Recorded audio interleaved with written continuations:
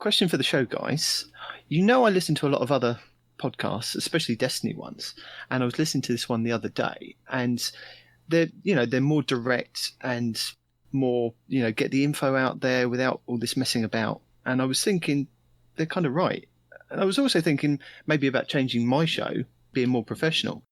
And my question is, do you guys think that you should kind of go that way as well? I mean, I know, Hazel, you were saying that you want to kind of be a bit more, go straight into the TWAB and talk more in detail and get the information out there for your listeners rather than kind of do 5 seconds and then go back into messing about and chatting to your guests and things like that. So what do you guys think?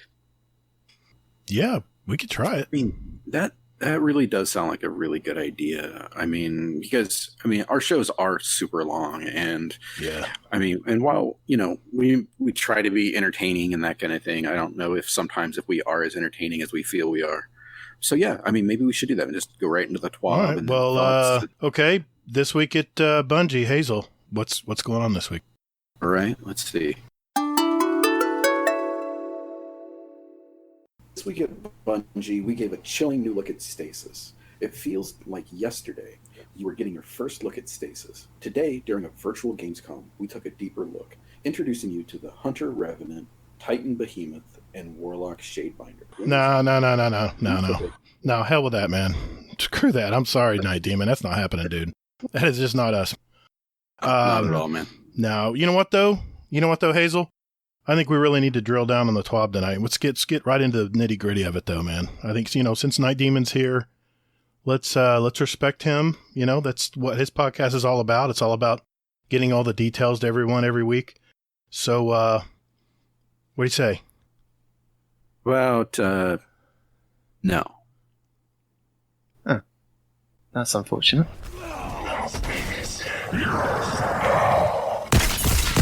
Guardian down.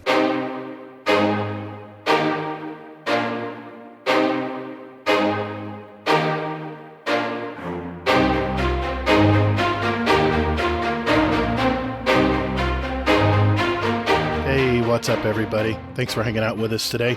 Welcome to episode 59 of Guardian Downcast. We're a couple of dads that talk about all things in the Destiny universe, and we interview content creators and community members to find out more about them. I'm your host, the Gatr, and my co-host Hazel is here as always. How's your week been, man? I haven't seen you this week. You been doing good? I've been doing all right, man. Doing all right. I was prepping for interviews. I had 2 this week, so I'm just crossing my fingers and hoping everything turns out all right. So, yeah, I was going to ask you about the job. Is it secured yet, or are you still working on it? I'm holding my breath still. So I interviewed, and it was pretty cool because every answer I gave, the woman that interviewed me goes, "I love that answer," and just started giving out just her story and things like this, and it was more of a conversation than anything. So. Well, that's the way it should be, I believe. Fingers crossed for you, man. You deserve it. So, yeah. But besides that, family's good, dog's good, all that good stuff. So, how about you, man? I've just been really busy. My kitchen's done. Now I'm just catching up with work. I've been playing hooky a lot because I've been trying to, make sure things get done when guys are here working.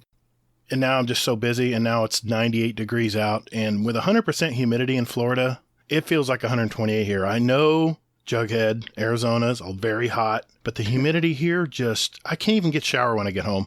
I have to cool off in the AC for at least half an hour before I can even get in the shower. It's just so sticky right here now. This is the one time a year we have to deal with it, but, at least we haven't had a bad hurricane yet. And by the way, I just did want to mention, I hope everyone's is faring okay. All of our friends and family in Louisiana and Texas with Hurricane Laura. That thing strengthened really fast, and boy, I know firsthand those hurricanes, once you get to shallow, warm water, they can really intensify quick. So we hope everyone's doing okay over there. Speaking of that, we have a returning guest tonight. He was with us with his esteemed co-hosts Parody and Respawn from their podcast 2 Titans and a Hunter back on episode 41, the last week of April, I believe. And unbeknownst to us, we found out that he's an avid movie buff in addition to a Destiny fan. So we all watched a new feature film out on Netflix, and we're going to review it tonight. So I'm looking forward to that. Group movie review. I think it's the first time we've done that this show. But we also have a lot of other stuff to talk to him about. But I want to welcome again on the show our friend from across the pond, Mr. Nitedemon. How you been, good sir? I've been fine. Yeah, doing good. We do appreciate you burning the midnight oil. And I realize it's pretty late over there for you. And we thank you again for being on tonight. Thank you for having me. Well, okay, just an overview of tonight's show. First, we're going to catch up with Nitedemon, see what's going on in his life. We might have some additional questions for him. Hazel's going to go over the TWAB this week, season of Arrivals, week 12. There it is. And some other Destiny-related content. Shh. Talk about it later. Then finally, we'll answer questions from our community and add 2 songs each to our Guardian Downcast show playlist on Spotify and iTunes. All right, let's do this.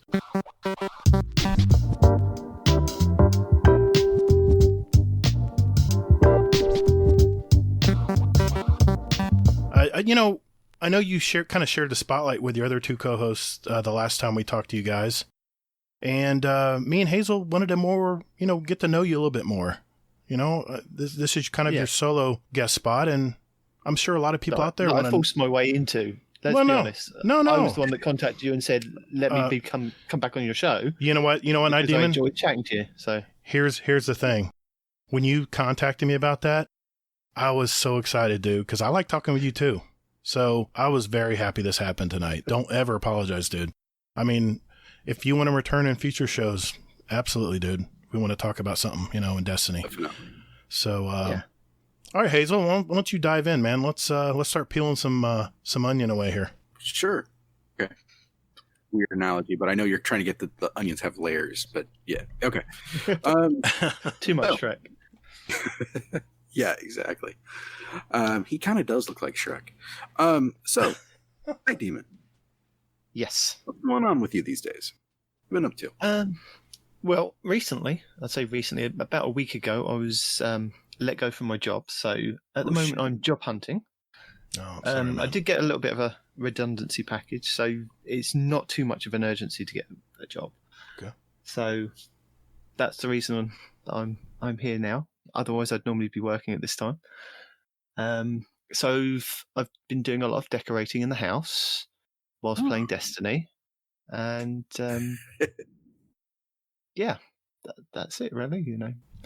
Well, I'm curious. I was looking at a map of the UK today, and without giving your exact location away, we're not looking for that. Whereabouts in the UK are you? Are you in northern England, southern England, east, west, over? I'm in the south of England, down near Brighton. Are you really? We were just talking about that. 50 miles from London. So, I was just at the Sir Charles's place in Brighton. It's the pink building. I can't remember the name of it now. Brighton Manor?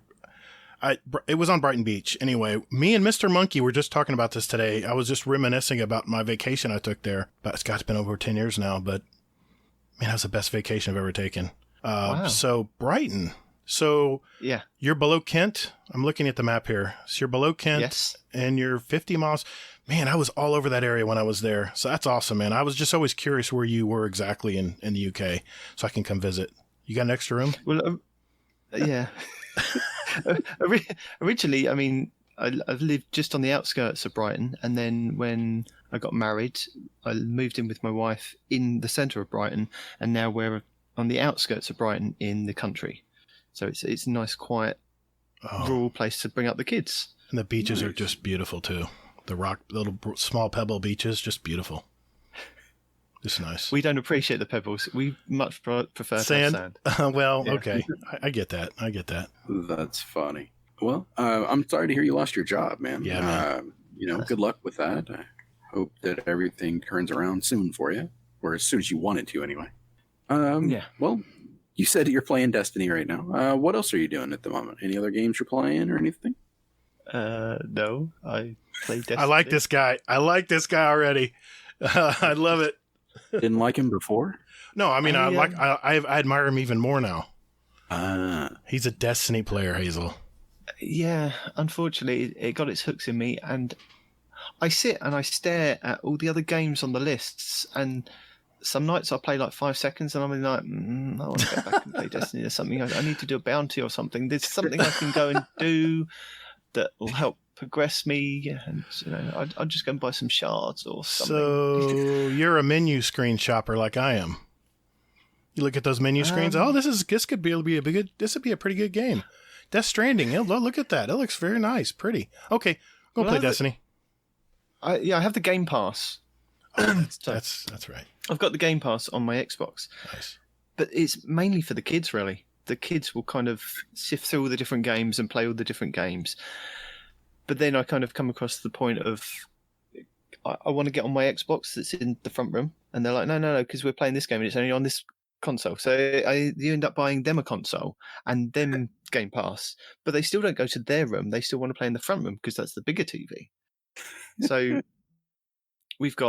I think we've got about 5 Xbox Ones in the house now with TVs and Xbox Game Passes, but they still gravitate to the front room and I have to fight them to get on there. I was going to say, I do play Gears of War 5, and that's mainly with the kids.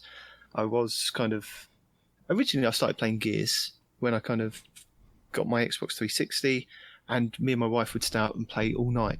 Gears of War, really competitive, yeah, just playing non-stop because you'd just be on a constant loop. And we had a loop of we had a big group of kind of, I'd say about 15 to 20 of us that we kind of picked up along the way, going in and out of playing online, that I've stuck with a couple of the guys I still kind of speak to now. They've moved on to PC, but I still kind of talk to them. Mm-hmm. And we'd stay up all night just playing and cycle people in and out of the groups because you could only have 8 people at a time on Gears 1 anyway. Okay. And then when Gears 2 came out, it was like, you could have 10 of you. So all right. That was good fun.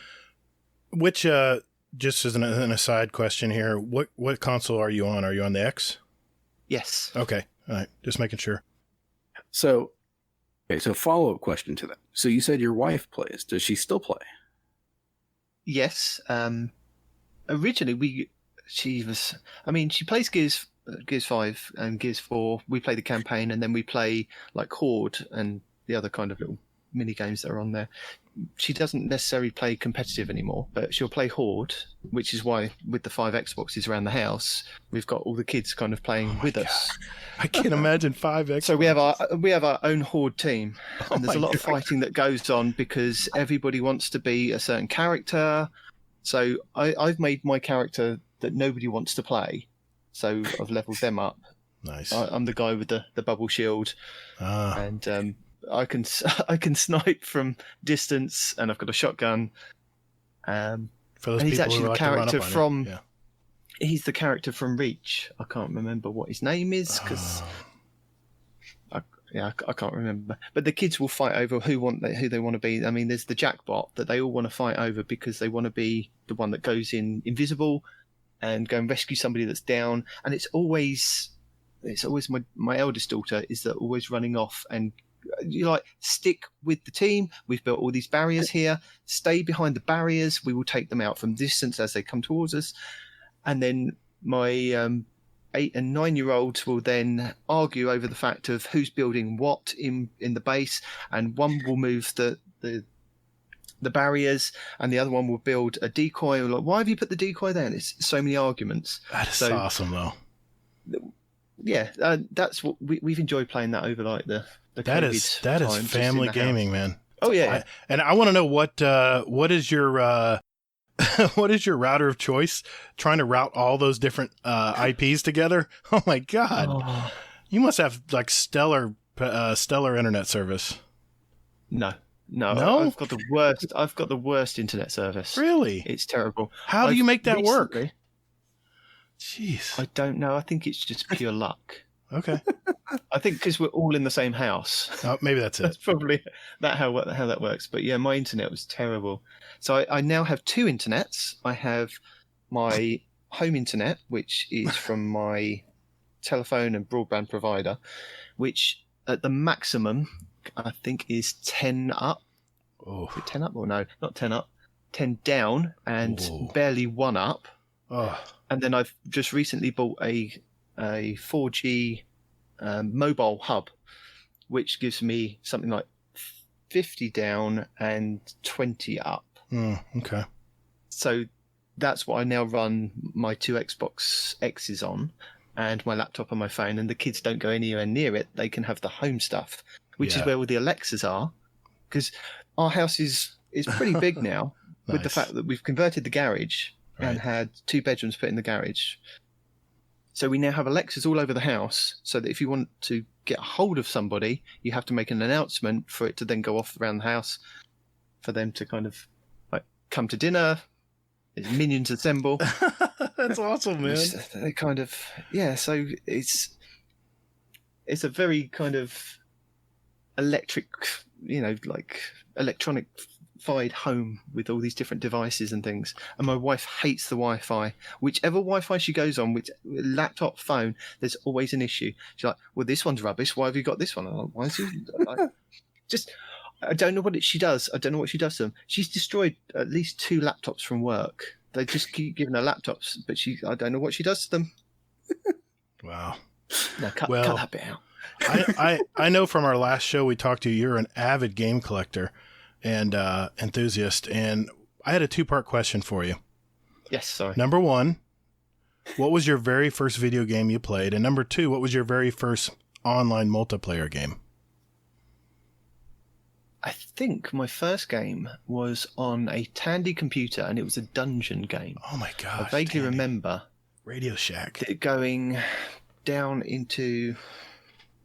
Yeah, it was just like it wasn't even a side scroller. It's just like your character just ran down in this dungeon. You had to kind of kill the enemies to get to the door to then open the next door, and it got harder and harder. I vaguely remember that. I remember Radio Shack had their own games.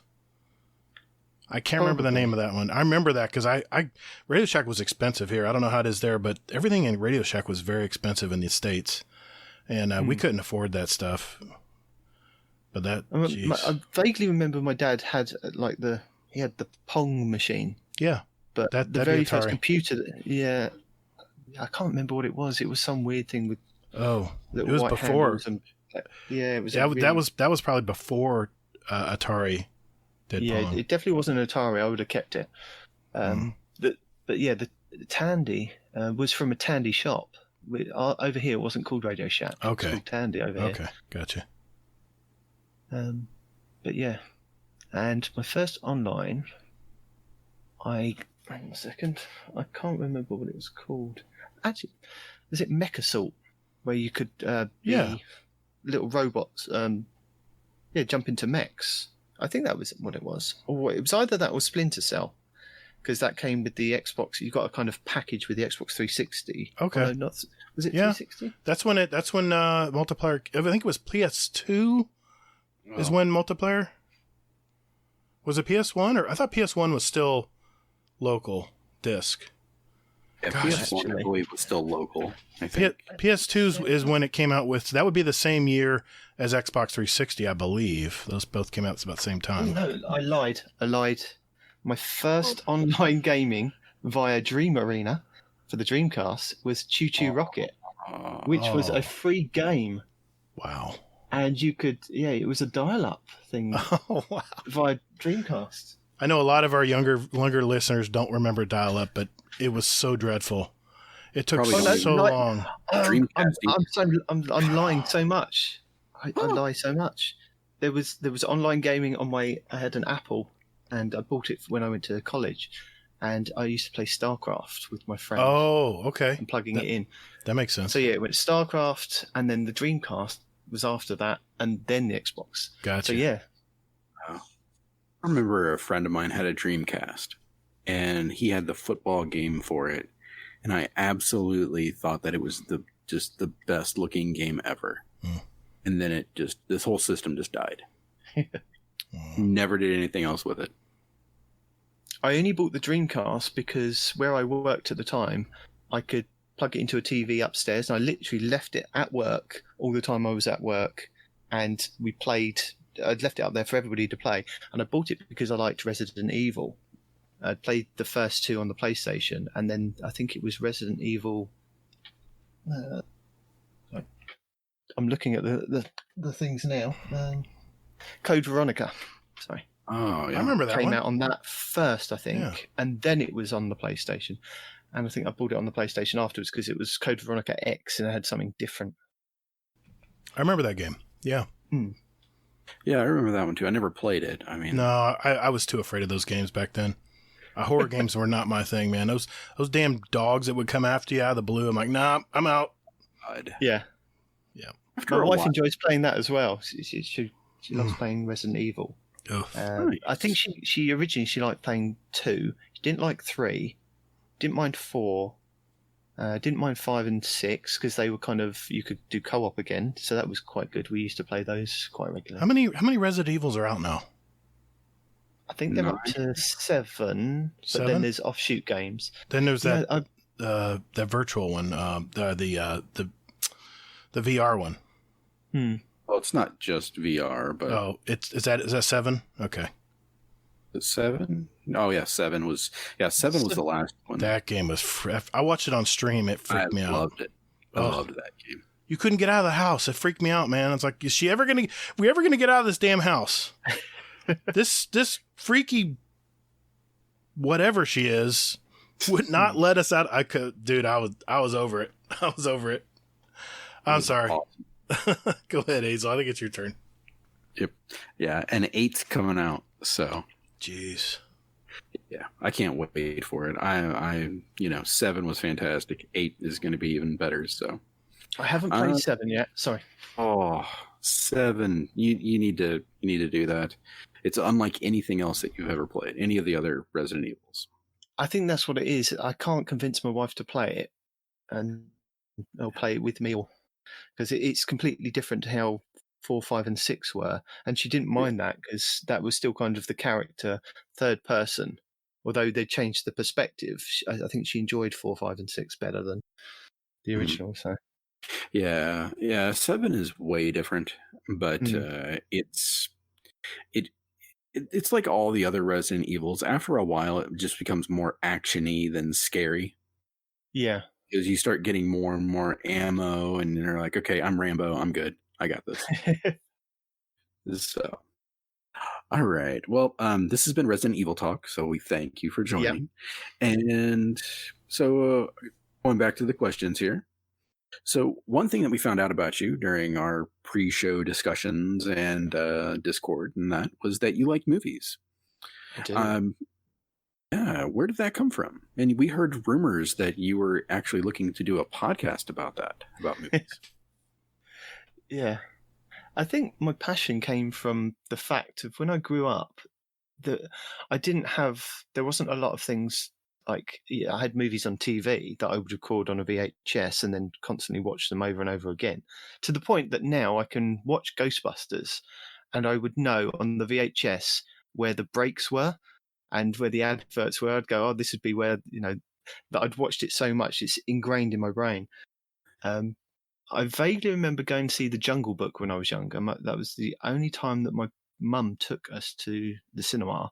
But apart from that, when I think I hit 12, that was it. It just, every weekend I would go to the cinema. There'd be like 2 or 3 that we'd go and see. They'd then get kind of a group of friends together and we'd all go and see it. To the point, I think when we saw Dumb and Dumber at the cinema, there was 20 of us, which was, we couldn't book for it at the time. We had to go down there and buy the tickets. And then there was, in Brighton, there was 3 cinemas. There was the ABC, there was the Odeon, and then there was a bigger cinema that had opened up down the marina. And at one point, we ran from watching Mortal Kombat in one of the cinemas to the marina, which was, I believe it's about 3 or 4 miles from one cinema to the next. And we had like 20 minutes to get from one showing of Mortal Kombat to go and see Pocahontas, which my girlfriend at the time chose, to then run back to the town again to go and see something else. I can't remember what it was. It was obviously bad because it's blocked from my memory. So yeah, there was things like I just got obsessed with going to the cinema. And originally there was it must have been about over 20 years ago, they had National Cinema Day where they would have all films for £1. Which I'm guessing is probably about $1. Every screen, every film for £1 just for this one day.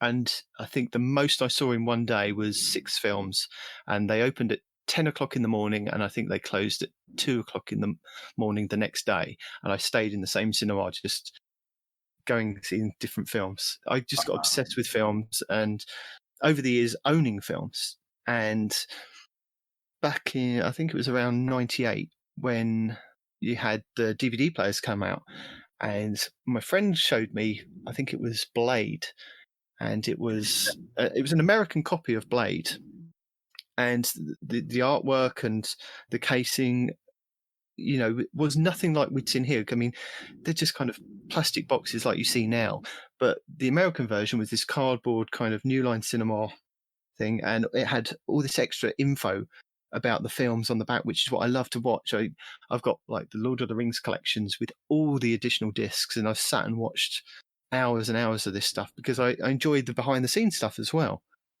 And I remember quite distinctly seeing all this stuff and looking at what you could get in the English version compared to the American version, to the point that I got so obsessed with having American versions, I got a chipped DVD player. I think I spent about £500 on this DVD player so that it could play English and American. And then I would only buy American films. I've got like over 500 American DVDs that I would have to get imported just so that I could have them and watch them. And so I just got obsessed with that. And then as stuff progressed into Blu-ray, a lot more things were kind of ported across to the UK. So I didn't necessarily need to get American Blu-rays. Although originally my first 2 Blu-rays that I got were Iron Man, the first one, and Indiana Jones and the Crystal Skull. Oh, I'm sorry. What do you mean you're sorry? It was okay. It wasn't that bad. It wasn't that bad, Indiana Jones. Yeah, don't you be blasphemous about Indiana Jones. Hazel, you're outnumbered tonight, buddy. I'm not blasphemous about Indiana Jones. I'm blasphemous about that movie. Which has Indiana Jones in it, so you take it back. Okay, I take back half of my comment. Oh, see, that's what I get. That's what I get. Enough. So what's one of your favorite movies? I can't pick. It's tough. I can't pick films. All right. We'll narrow it down, Hazel. Let's see if we can narrow it down for him. In the last 10 years, name a movie that sticks out right now in your head that you would definitely watch again. Avengers Endgame. Okay, good pick. Yeah, that's a solid pick. I know it's quite a recent one, but then if you're going back even further, if I say like the new Star Treks that came out, they were just like a revelation of. Yeah.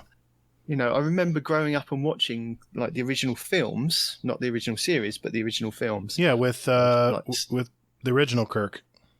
Yeah, with the original Kirk, and I just love how it kind of tied in with that whole thing.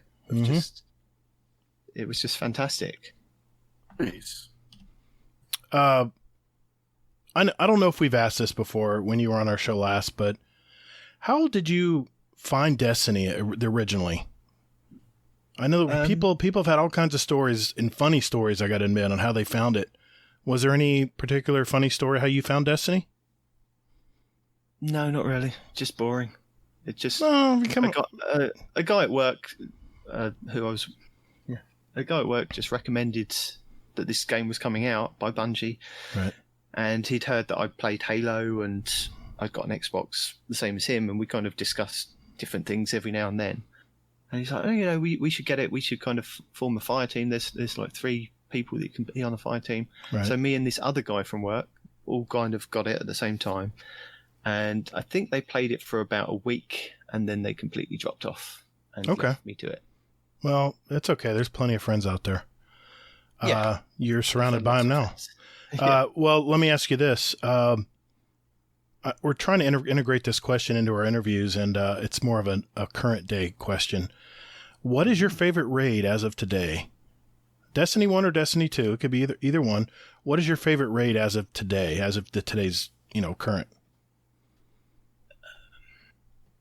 I'm really hard at picking things. They all had their very own. Yeah. Well, okay. Let's say Destiny 2. I'll narrow it down a little bit for you. I enjoy Crown of Sorrow. I haven't played Garden of Salvation yet. Okay. We need to make that happen. I'll get with Kingsley. It's hard, isn't it? It's hard going across all these different platforms. There's a lot of people on PlayStation that I talk to. I'm on Xbox. I don't use Xbox a lot, but I'm on there. I'll gladly step in to help out. And then there's time zones that also cause this shit. No, I mean, I've got no issue kind of jumping in with. That's true. Let's do it on a weekend on LFG and things. Yeah. But yeah, okay.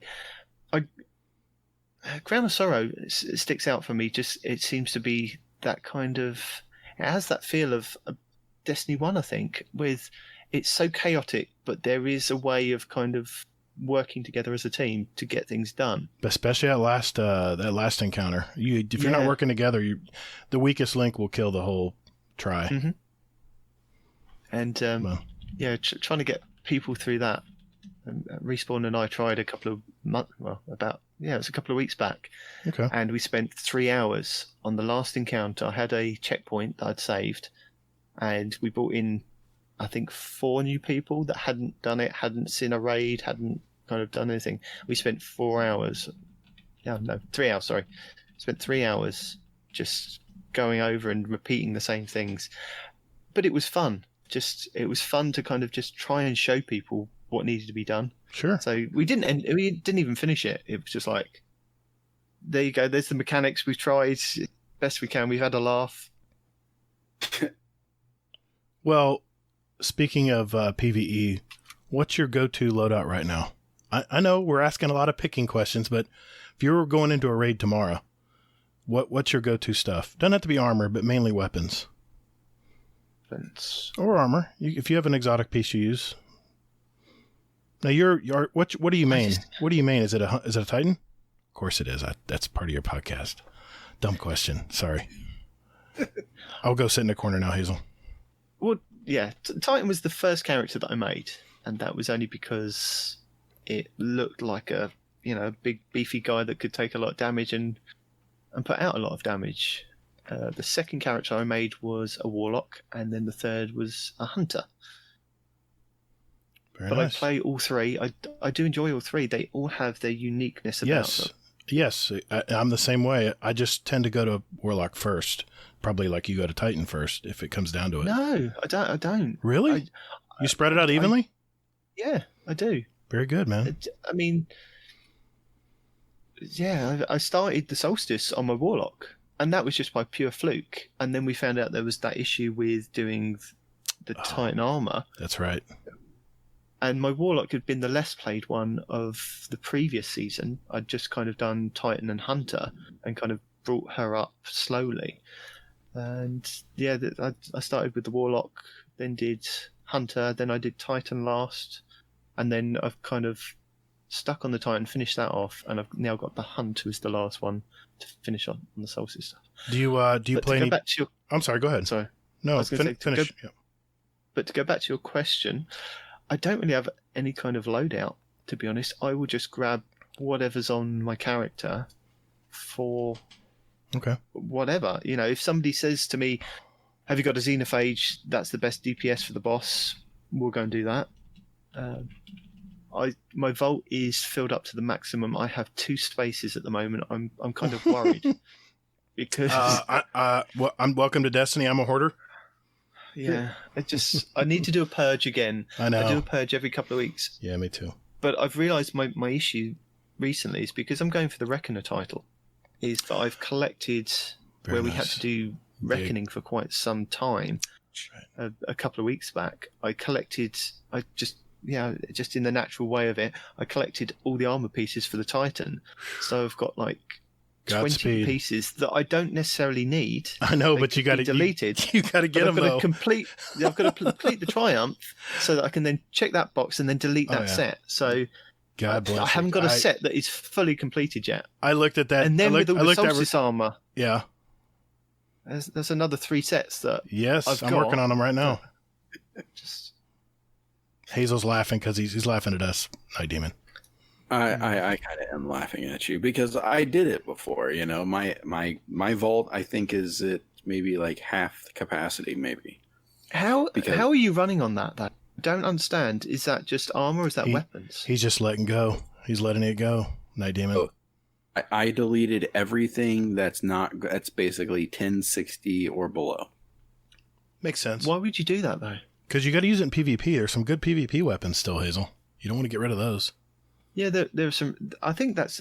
I did that myself. I went through mentally and went, I've saved that weapon for a PvE. Now, PvE doesn't necessarily need to keep that weapon, so I can delete that. And then anything that was kind of PvP, I thought, well, I can still use that in regular Crucible. Like, I've got a full set on my Hunter of the original armor from New Monarchy.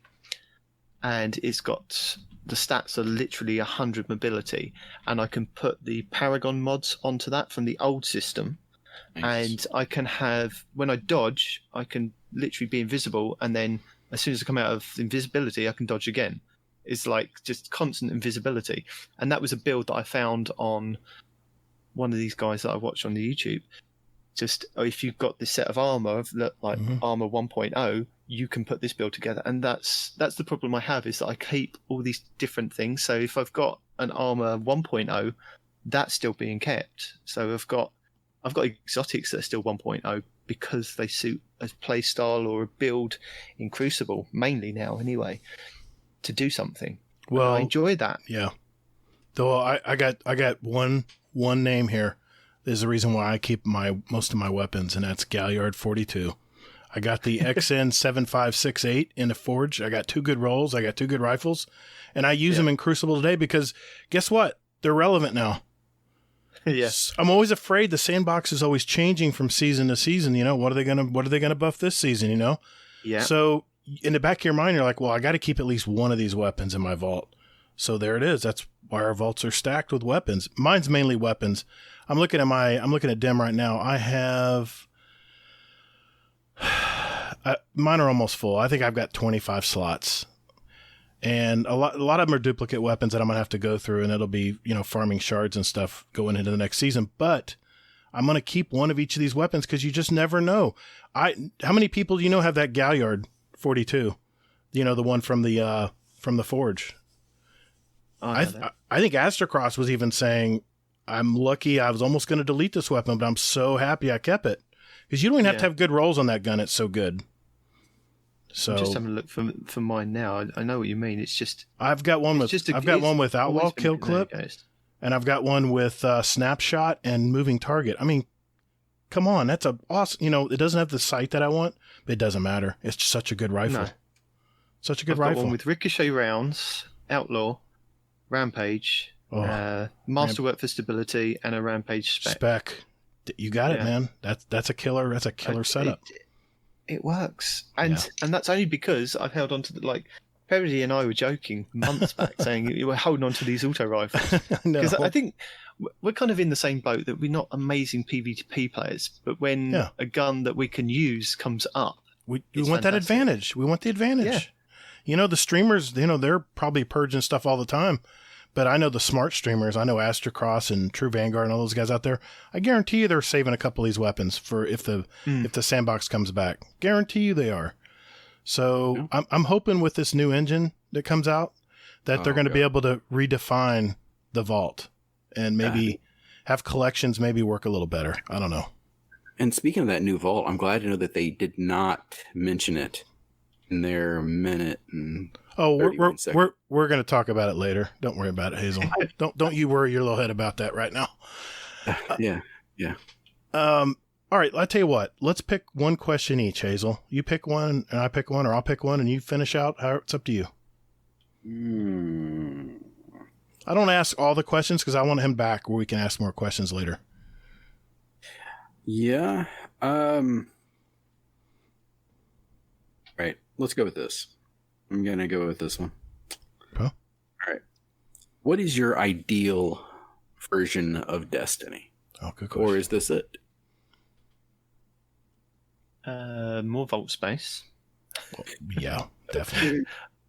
So, how about a better collections tab? I'll go with that.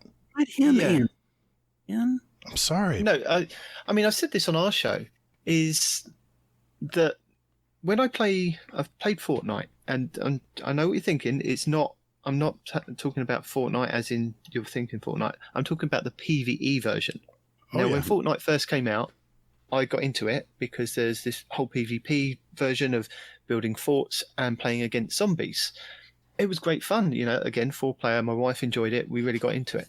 And with that, with the weapons, again, they had random rolls that you could get for weapons that dropped in the game and you could get from like these loot packages. But what was quite unique about that is that if you got a weapon that you liked, you could put it into a collections book and it would be that unique roll until you kind of wanted to pull it back out. And again, it was like for Destiny, you use like glimmer and shards to pull it back out. So whatever you got for putting it in the sticker book, you could then pull it back out for the same kind of currency. Exactly. And I think I explained it to Respawn. He said, he doesn't understand why they kind of can't build that into their collections, because if Fortnite can do it, then hear me out. Why not? Hear me out here. What if in the new Destiny world, you get a certain role that fits your play style and you lock it in? You lock it in and throw it into collections. It doesn't take up your vault. And whenever you need that gun for a raid or going into a PvP match or whatever, you want to use that gun, you go to collections and boom, there it is, right at the power level you need it. Yeah. Why not? Why can't they do that? I think what they do with Destiny is good enough for me. I'm they're happy constantly with innovating the game, every day. I mean, my wife jokes about it. She says, "What have you got to talk about on a Destiny podcast each week?" I'm like, the game changes literally from week to week. There are little nuances each week, or somebody will find something that is unique about the game, and it's interesting to pass it on to as many people as you can. And that's what I find really interesting about it. It's not like Gears of War, like you've got like the 6 set weapons and that's it. It's more about bouncing off of one wall to the next wall, right, to get the kill. You can kind of do that with hunters, but you know what I mean? It's just like there are so many different things that are in this game, which I enjoy. It's constantly changing, and if they do something wrong, they try and change it, or if they do something the community doesn't like, they try and change it. And I think if I didn't like it, I wouldn't be talking about it every week, and I wouldn't be playing it as many times or as much as I could. So I think, I'm not saying Destiny's the perfect game, because if it was the perfect game, everybody would want to play it like the Fall Guys thing at the moment. Everybody's kind of into that, or kind of getting on that hype train. Right. But yeah, it's just, I think it's good for, it's kind of my perfect game. I just want more vault space. I want something.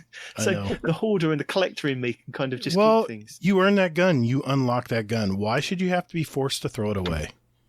Doesn't make sense. Well, I mean, here's the thing, though, is that have you looked at some of the guns in the collections tab that you can actually see what roles it can have? Yeah. That's already there. I mean, so it seems to me like logical thing is that they just need to have it so that you play and then it unlocks each node. So that what I don't get is those guns that are in the collection, half of them you can't pull back out. You can't. It says it's a randomized roll. Versions. Yeah. It's a randomized roll. This cannot be reacquired. Why are they wasting time putting it in the collections book or that collections tab if it can't be reacquired? Yeah. I would, you know what? I wouldn't mind dismantling stuff if it was in that collections tab, and you could then just, spin for the lottery of maybe getting that roll again, or even a better roll by just wasting glimmer and shards on it, like you can do with the ghosts at the moment. So there's several ghosts that you can get with guiding light, and then ones that work in strikes and gambit and PvP, and give you glimmer for gambit PvE, but you can kind of get the whole 3 stack on them, but you've just got to keep pulling that same ghost out of collections over and over again to hopefully get the perfect roll on that. Why can't they do that with the collections? I'd be perfectly fine with that. Don't worry, it's going to be fixed soon. Don't worry. Hopefully with this new engine. Exactly. It sounds like... We're great minds, right? Gotcha. Yeah. I mean, it makes sense with what you were saying about it. We'll get into that. Don't worry. I'm saving this for Hazel. For later. I don't want to get into it now because it'll be a black hole. We'll never get out. But I want to this where I wish we had like a camera so you could see the look on my face. You could see the grin ear to ear I have right now. I wish you could see that. I'm so happy right now. All right, I got the last question here, and this is going to be falling over something we may not know about you. And you mentioned it to us, and I had to know more about this. I've heard rumors that you've named all 5 of your kids after games and films. Is there any truth to these rumors? Yes, there's lots of rumors. I mean, there's lots of truth. Sorry. Yes. Can you expand on that, please?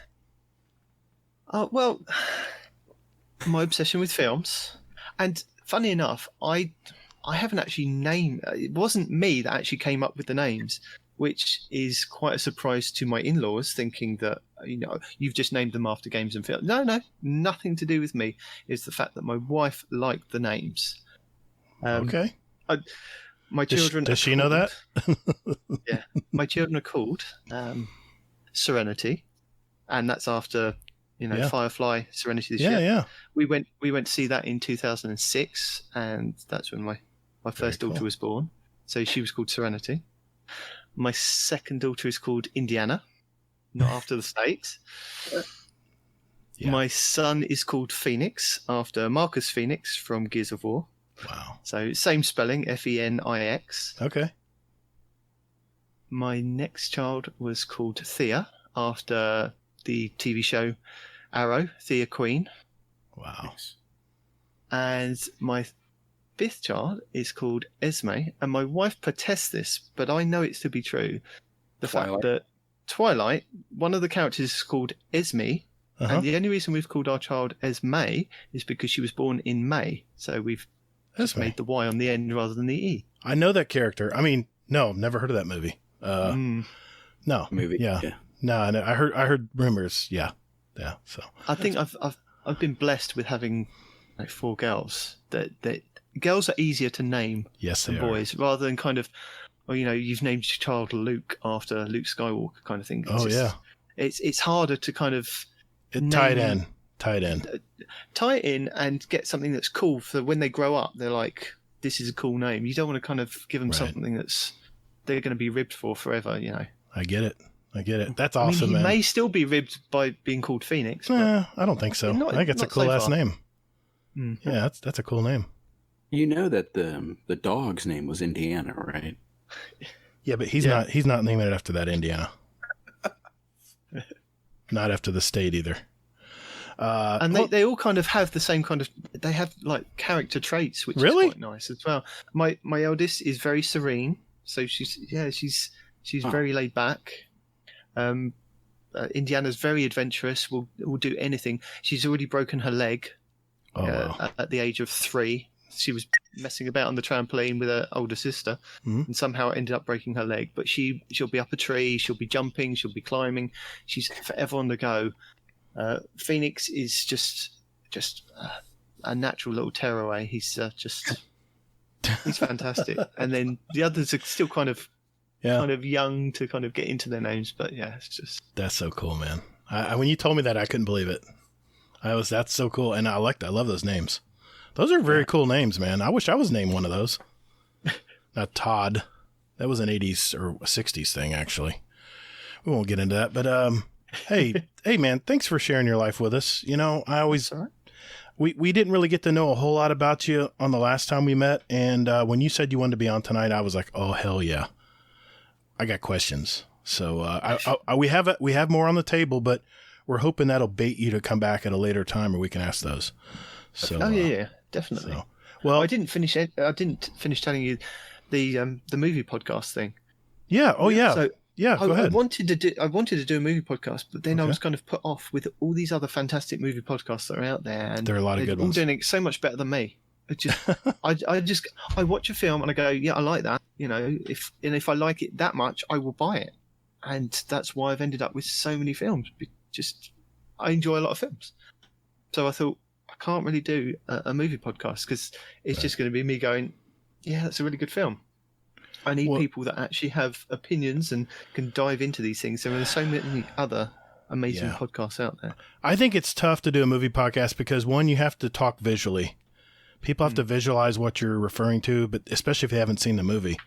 And secondly, you have to have, really good knowledge of how a movie's put together. A lot of the background stuff and little observations. And I don't know. I think it's tough. I know you know what though? We're gonna test that theory tonight because right after this, we're gonna talk about what we've been watching and gaming this week, and then we're all gonna have our first movie review as a group right after this.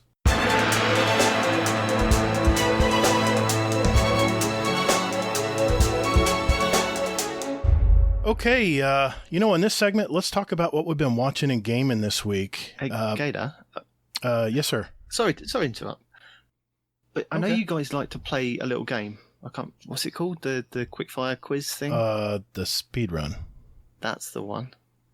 Yes. Well, I didn't think it was fair that I had another shot at doing a speed run. And I didn't want to kind of let your listeners down by not actually doing a kind of quiz. So I thought maybe it might be fun if I ask you guys some questions and do a little quiz, if that's all right.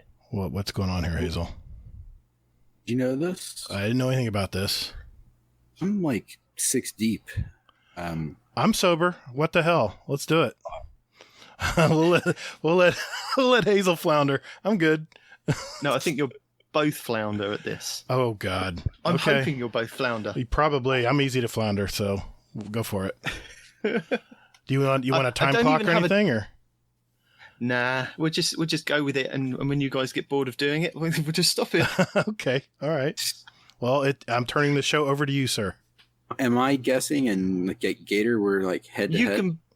Head to head guessing, just first person to give me the correct answer. Oh God, it's a quiz show. If you can't get the answer, I might give you 4 random. It's trivia, answers, and you just pick the best one. Okay, I'll try. I'm gonna suck. I'm gonna stop drinking early. I'm gonna suck at this. Don't worry, Hazel. I'll be easy to beat here. So. So I thought, what would be fun? I haven't got a name for this. I mean, you could make up a name at some point and call it and drop it in. I don't mind. Okay. But this is phrases and words for the Americans, basically. This is English phrases, British phrases and words. Okay. Oh, no. And because I always seem to stump Respawn when I say something, he goes, can you just repeat what you've just said and then explain it to me? And I thought, this is a thing. I could turn this into a quiz, and I might do it on my show tomorrow with the other two, just to see how far they get. Because they're used to me talking and coming up with stupid things. It's a great idea. I like this. They say it's stupid. Well, it is actually just stuff that's kind of British, I'm hoping Uncle Scumdeath has taught me enough where I can pass. We'll see. I'm hoping I've learned enough from alcohol that I can pass. Okay. Question 1. If I say I'm knackered, what am I? You're tired. Yes. Damn it. If I say I've let one go, what do I mean? Drop the ball? Farted? Farted. Damn it. If I say I've dropped a clanger, what do I mean?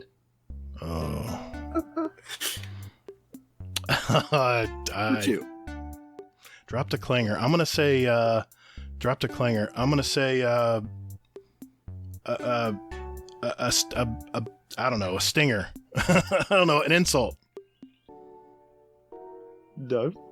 I'll give you 4 choices. Okay. Done a poo, dropped a toolbox, made a lot of noise, or make a very bad or embarrassing mistake. A poo. Poo. No. Make a mistake. Typical American answer. We always go to the poo. If I say, who fancies a butty, what do I mean? Oh, man. Uncle Scumdeath, where are you right now? Can you repeat that one more time? If I say, who fancies a butty, what do I mean? Is it chocolate pastry, sandwich, sexy guy or girl, or bunch of flowers? Hazel, what do you think, man? A bunch of flowers. Damn it, I was gonna pick that. So I'll be the. Nope. Yeah, I'm gonna say a sexy guy or girl. Sandwich. A sandwich. And you get an extra point if you can tell me what the Welsh version of the meaning of butty means. And I'm not going to do a Welsh accent. It's got to be something Can similar. Gatr do a Welsh accent? No, Gatr can't do a Welsh accent. I'm going to say it's something related. I'm going to say a hoagie. Sorry, I didn't hear that. Sorry. Like a hoagie, like a sub sandwich. Nope. Oh shit. Nothing to do with the sandwich this time. Ah, great. I've got nothing. It's a best friend or a buddy. Wow. I know. Completely different. Wow.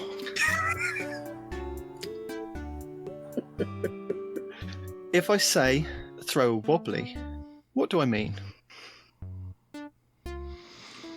Is it a cricket ball throw, a soccer keeper throw, lost control, or a haircut? Lost control for me. I'm going to go with a soccer throw. No, it was lost control. Yes. Just wanted to hear your response. Yes. Suck it, Hazel. I mean, next question. If I say on the lash, what do I mean? Go out drinking, karaoke, under partner's control, or intimate game? Under partner's control. That's what I was going to say. No. Go out drinking. Ah. Damn it. What is a bog roll? I think it's a sleeping bag. Like a... No. Damn it. Is it a sandwich, marshy land, toilet paper, or a hose pipe? Toilet paper. Toilet paper. Uncle Scumdeath taught me that one. Well, why did you say it's Because a sleeping bag? I don't know, because it's like the first thing that came to my mind. Yeah. What does cuppa mean? Oh, I've heard this before. Do we get choices? A cornucopia, a catapult, a cappuccino, a cup of tea. Cup of tea. Yeah. All right. Trying to redeem myself. You're behind. Which of these words is close? Which of these words is the closest meaning to cigarette? Bants, fag, gutted, starkers. I know this one. What's your answer, Hazel? Bag. It's fag. Yeah. I've heard that one in speech. I watch English movies too. Which of these slang words means friend? Mate, Bagsy, knob, Lenny.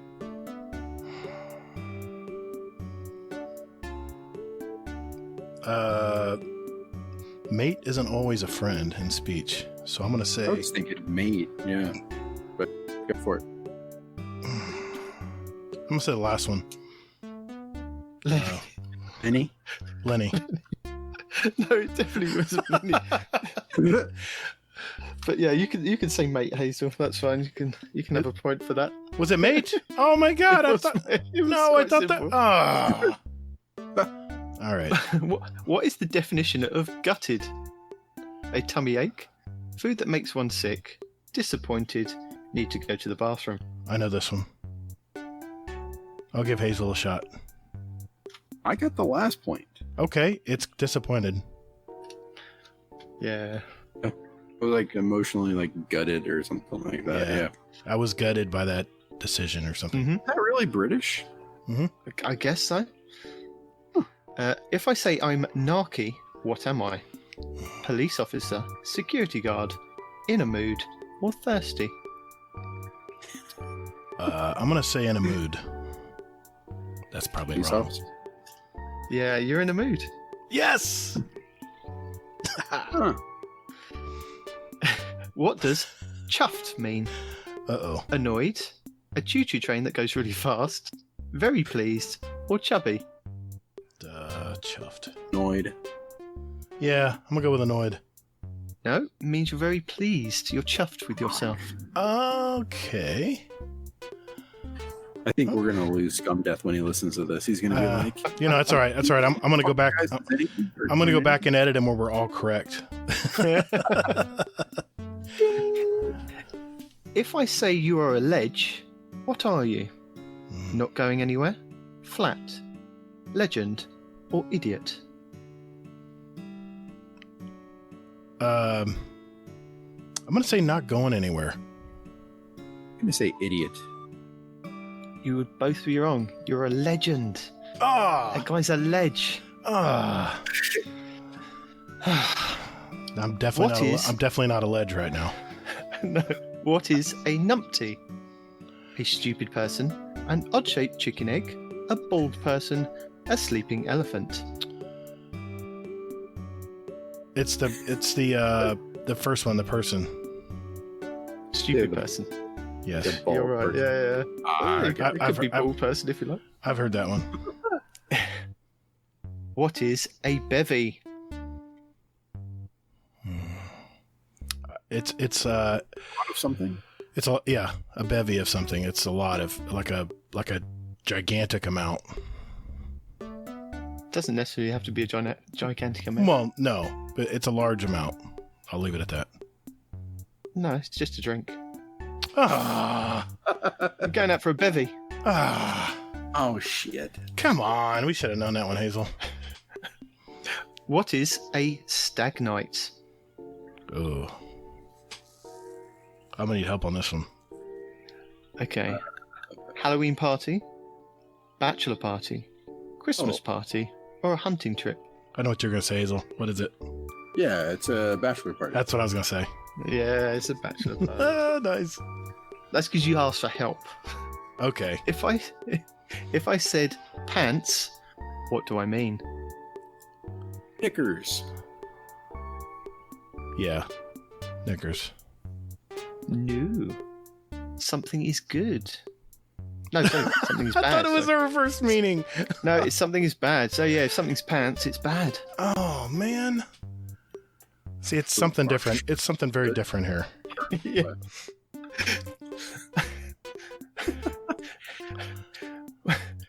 Where is someone who is going off to Bedfordshire going? Going off. Are they going to Bedfordshire? Mhm. Are they going to Scotland, to the beach, or to the bed? Or to bed? Bedfordshire. This was in Bridget Jones. I didn't watch that one. Oh, Bridget Jones? Wait, Bridget? I probably did. I just forgot. I'm gonna say, actually going to the city, Bedfordshire. I'm gonna say the beach.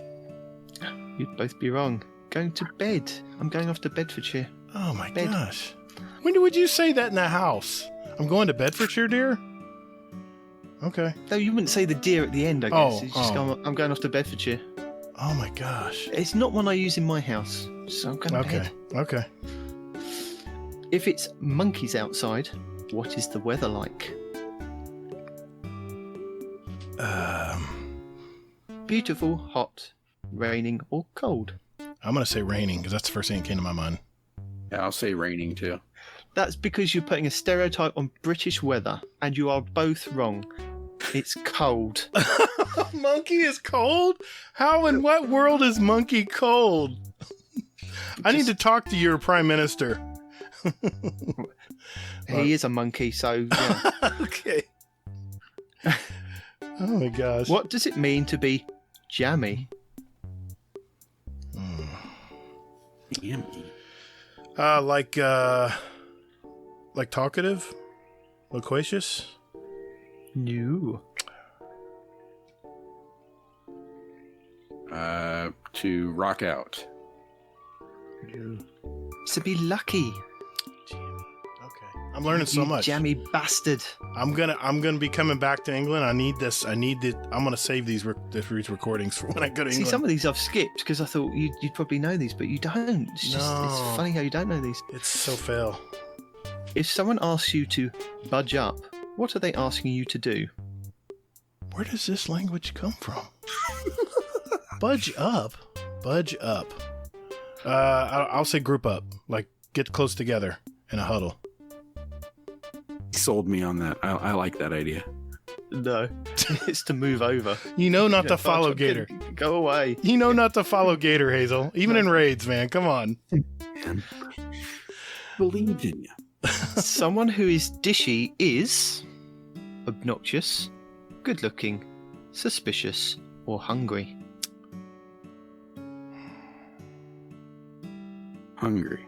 No, I'm gonna say the first one.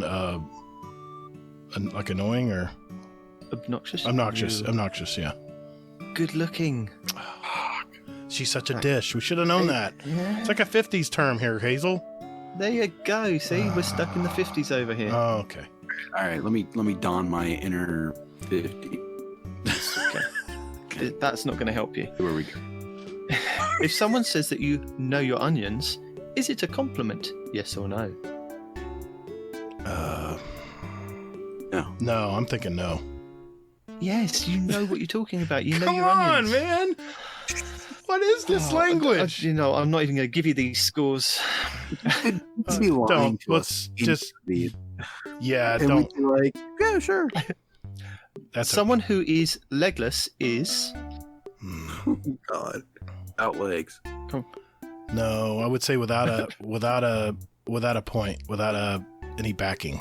Leg to stand on. They're drunk. Oh They're my legless. God. I don't understand. And final question: Okay. what is uni? Is it College. unity? A cocktail, popular nickname. College. You got college. Well done. It's uni. Yeah, it's college. I'm Yeah. going to uni. Which is confusing. When I say uni, I'm actually meant uni, but obviously not in popular British slang. It's not. It means college.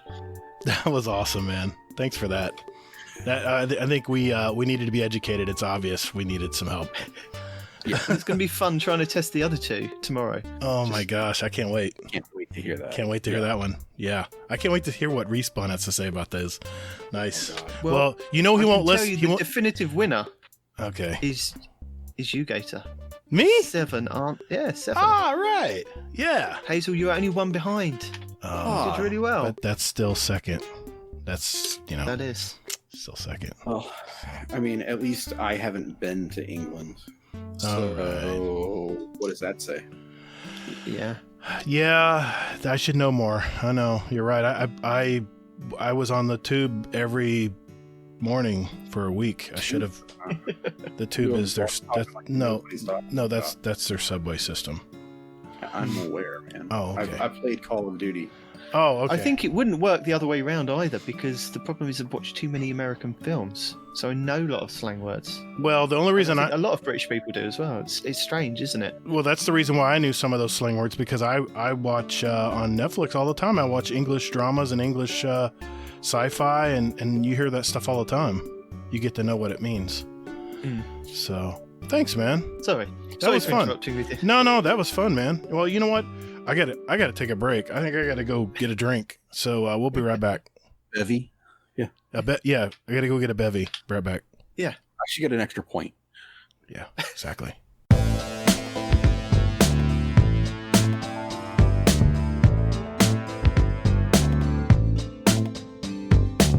Okay, well, thanks again for that little quiz. I didn't realize how much I didn't know about English grammar and talk in that country. Or how weird we are.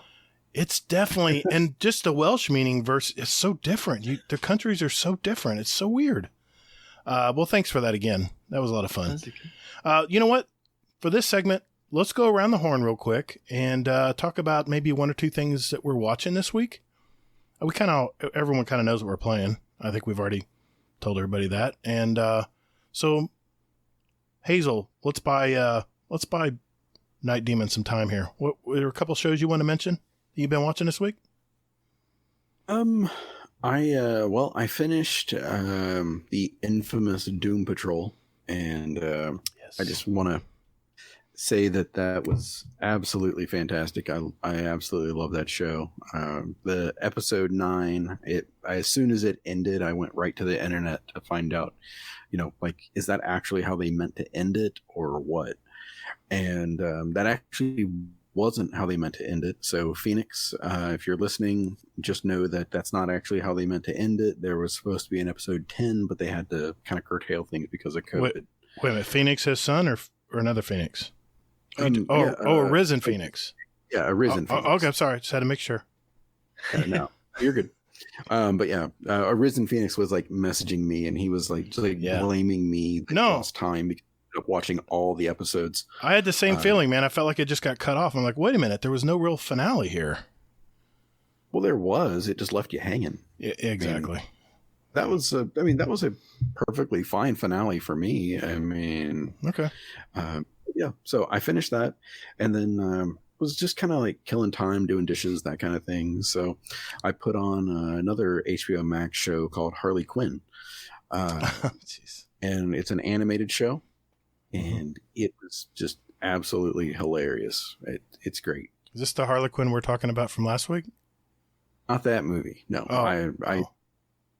But no, this is an animated series where basically it's her, and it's just really, really funny. It's like she breaks up with the Joker, and then she's like trying to set out on her own to be like some super villain, and the trials and tribulations of that. So very nice. And this is like an adult animated show? Yeah, definitely adult. Okay. Yes. Cool. That's on Netflix. No, it's on HBO Max. Oh, thank you. I'm glad I asked. You're good. But yeah, it is absolutely hilarious. It's really well done. Very cool. So, what about you, Peter? I went to see my wife and I's very first movie in a theater. Our theaters are opening up here. And we saw our first movie in, I guess, 5 months. It's amazing how long it's been since we've been to a theater. Wow. The theater feel was the same. Lots of legroom, I got to say. Other than an old lady walking in front of us to get to her seat on the other side of the effing theater while she was wheezing without a mask. We looked at each other like, what are we supposed to do here?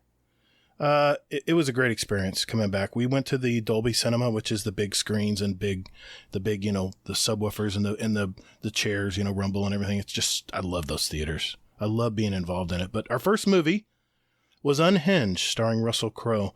This movie was beginning to end on the edge of my seat tense. If you're into action suspense movies, say like Cape Fear with De Niro or Falling Down with Michael Douglas, this movie's for you. Overall feel was, I was entertained the whole time. It was a little overkill on violence, though. I know this is weird coming from me, but it felt a little overplayed. Like they were just showing it a little too much. There were a lot of CGI car crashes and traffic scenes, which I love. But the story was okay for the most part. The opening scene of the movie gets your heart bumping from minute one. So whenever you look at, I don't think anybody will ever look at Road Rage again the same way after watching this movie. Let's just say I drove home very cautiously. Overall, I give it a B-. It's good to be back to the theaters, and it was fully entertaining for me. I came out, kind of adrenaline going. It was definitely it was just a really upbeat movie. Not upbeat, but that's the wrong word. It was a very suspenseful movie. And my next review will be going tomorrow night to see The New Mutants, which premieres this week. So we will be seeing that movie tomorrow. Gatr. Why are you so funny about The New Mutants? What's so funny? Because the movie was supposed to come out 3 years ago, and there's a reason why it hasn't been released yet. So until now, of all times. So really, you enjoy that. Okay. I can't wait to hear this. You'll hear about it. You'll hear about it next week. Then I finished up the entire series of The Umbrella Academy. Fantastic show. It ended, of course, indicating. I don't know. I'm just gonna not a spoiler. I'm just gonna say there's definitely a third season. That's all I was gonna say. I wasn't gonna ruin it. I don't do that. And yeah, that's pretty much it for me. And Destiny. So, Nitedemon, you got something? I have, yes. I've just looked back over my Amazon Prime and Netflix account to see what we've been watching. Okay.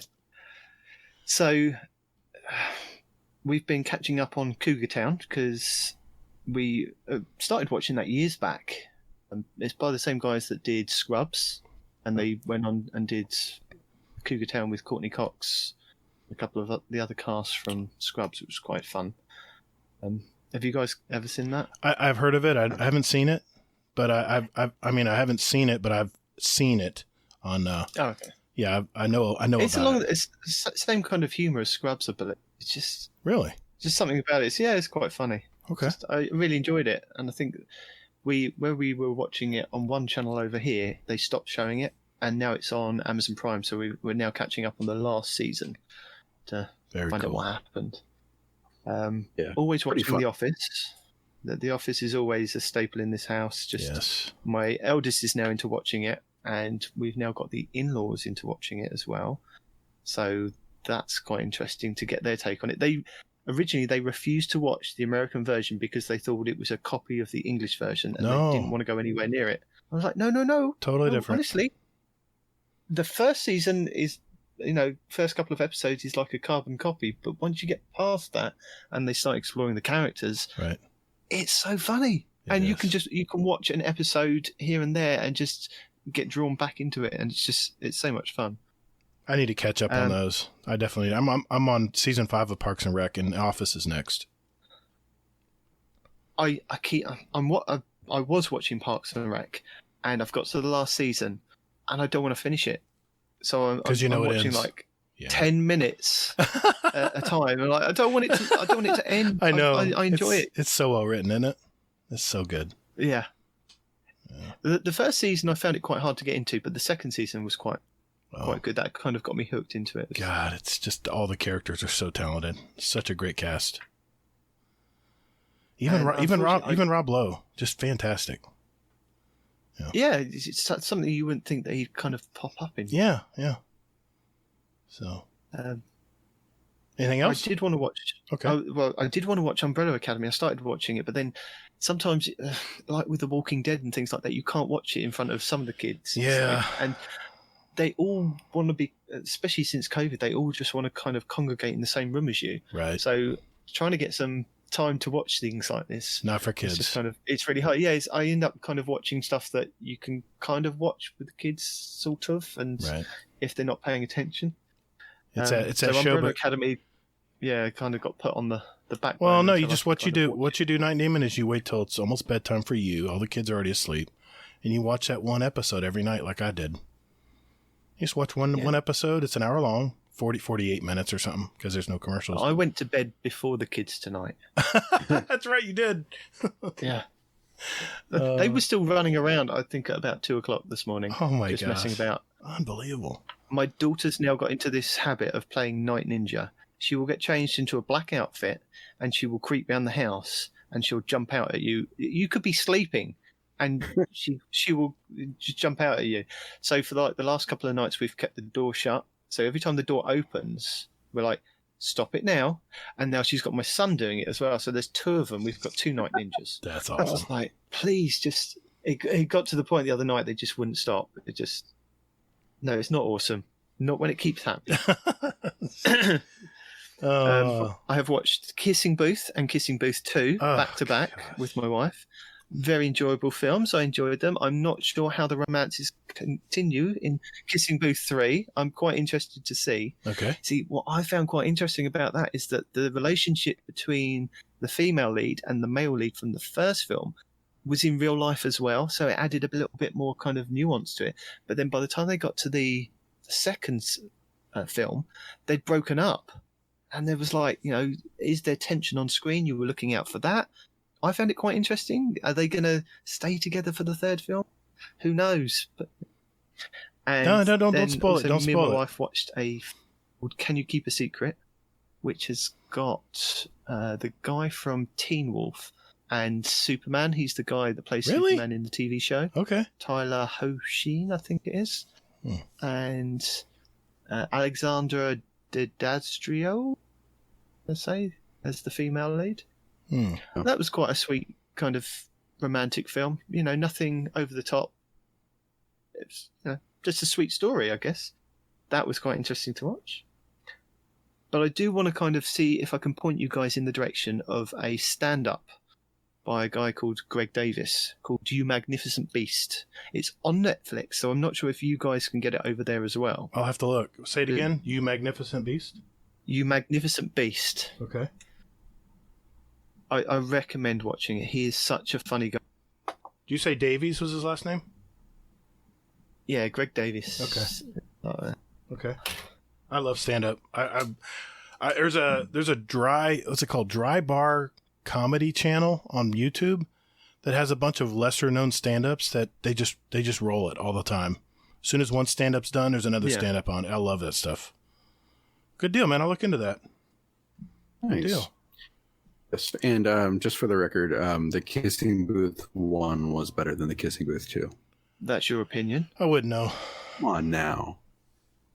It's all the same story to me. It's like Star Wars. One long story. You can't say that you don't like it. It's just broken up into different chapters. This is the guy who said the last Star Wars movie was the best of them. Yeah. Okay. I enjoyed the last one. I know. I enjoyed the last one, but saying it was better than the previous ones, I don't know about that.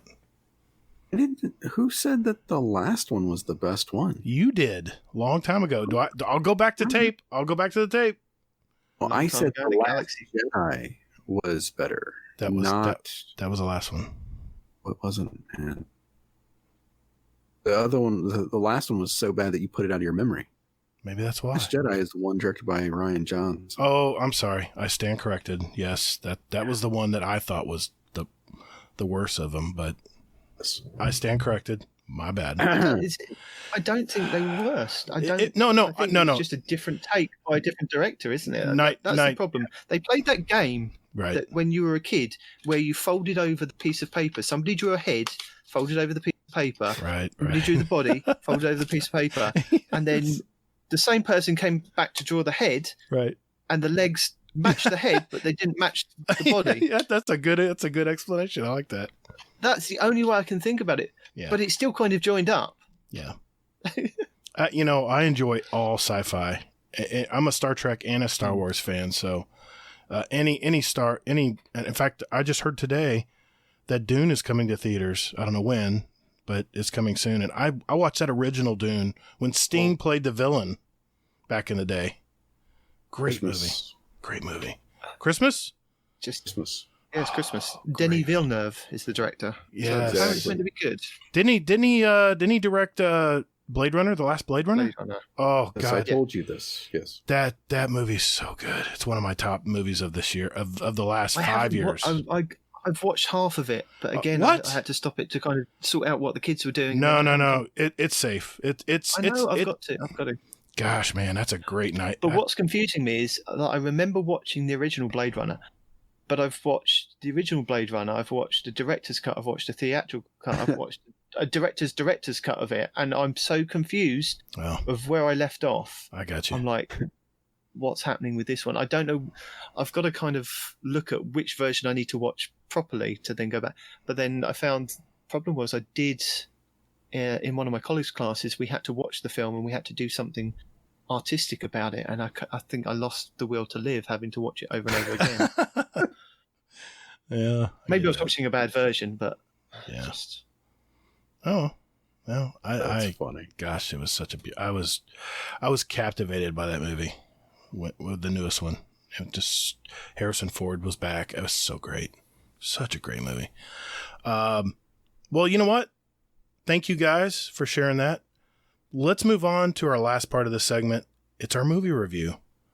I decided, I apologize. Yeah, let's get this out. Yes. You decided on the film. I picked the movie because no one spoke up, and I said, let's watch no Project. One spoke up in the 5 minutes to put it out there. Okay, all right, fair enough. But we did see Project Power on Netflix. It's a brand new film. It's a feature film from Netflix, starring Jamie Foxx. And the opening scene is like a cargo ship floating into the shores of New Orleans. Then on the ship, an unknown character opens a cargo container and talks to a random group of kind of hand-picked drug dealers, I guess, and offers them a new product that he's given them free to sell called Power. It's a little capsule that you twist and it makes you superhuman for exactly 5 minutes. Then the title screen opens and you hear 911 calls about all this weird stuff that's happening after people are taking this pill. So what did you guys think? Let's start with the beginning. What do you guys think of the beginning? Did it open up pretty good? Don't all talk at once. I was going to say, this is where you put the crickets in. Oh, don't worry. I will.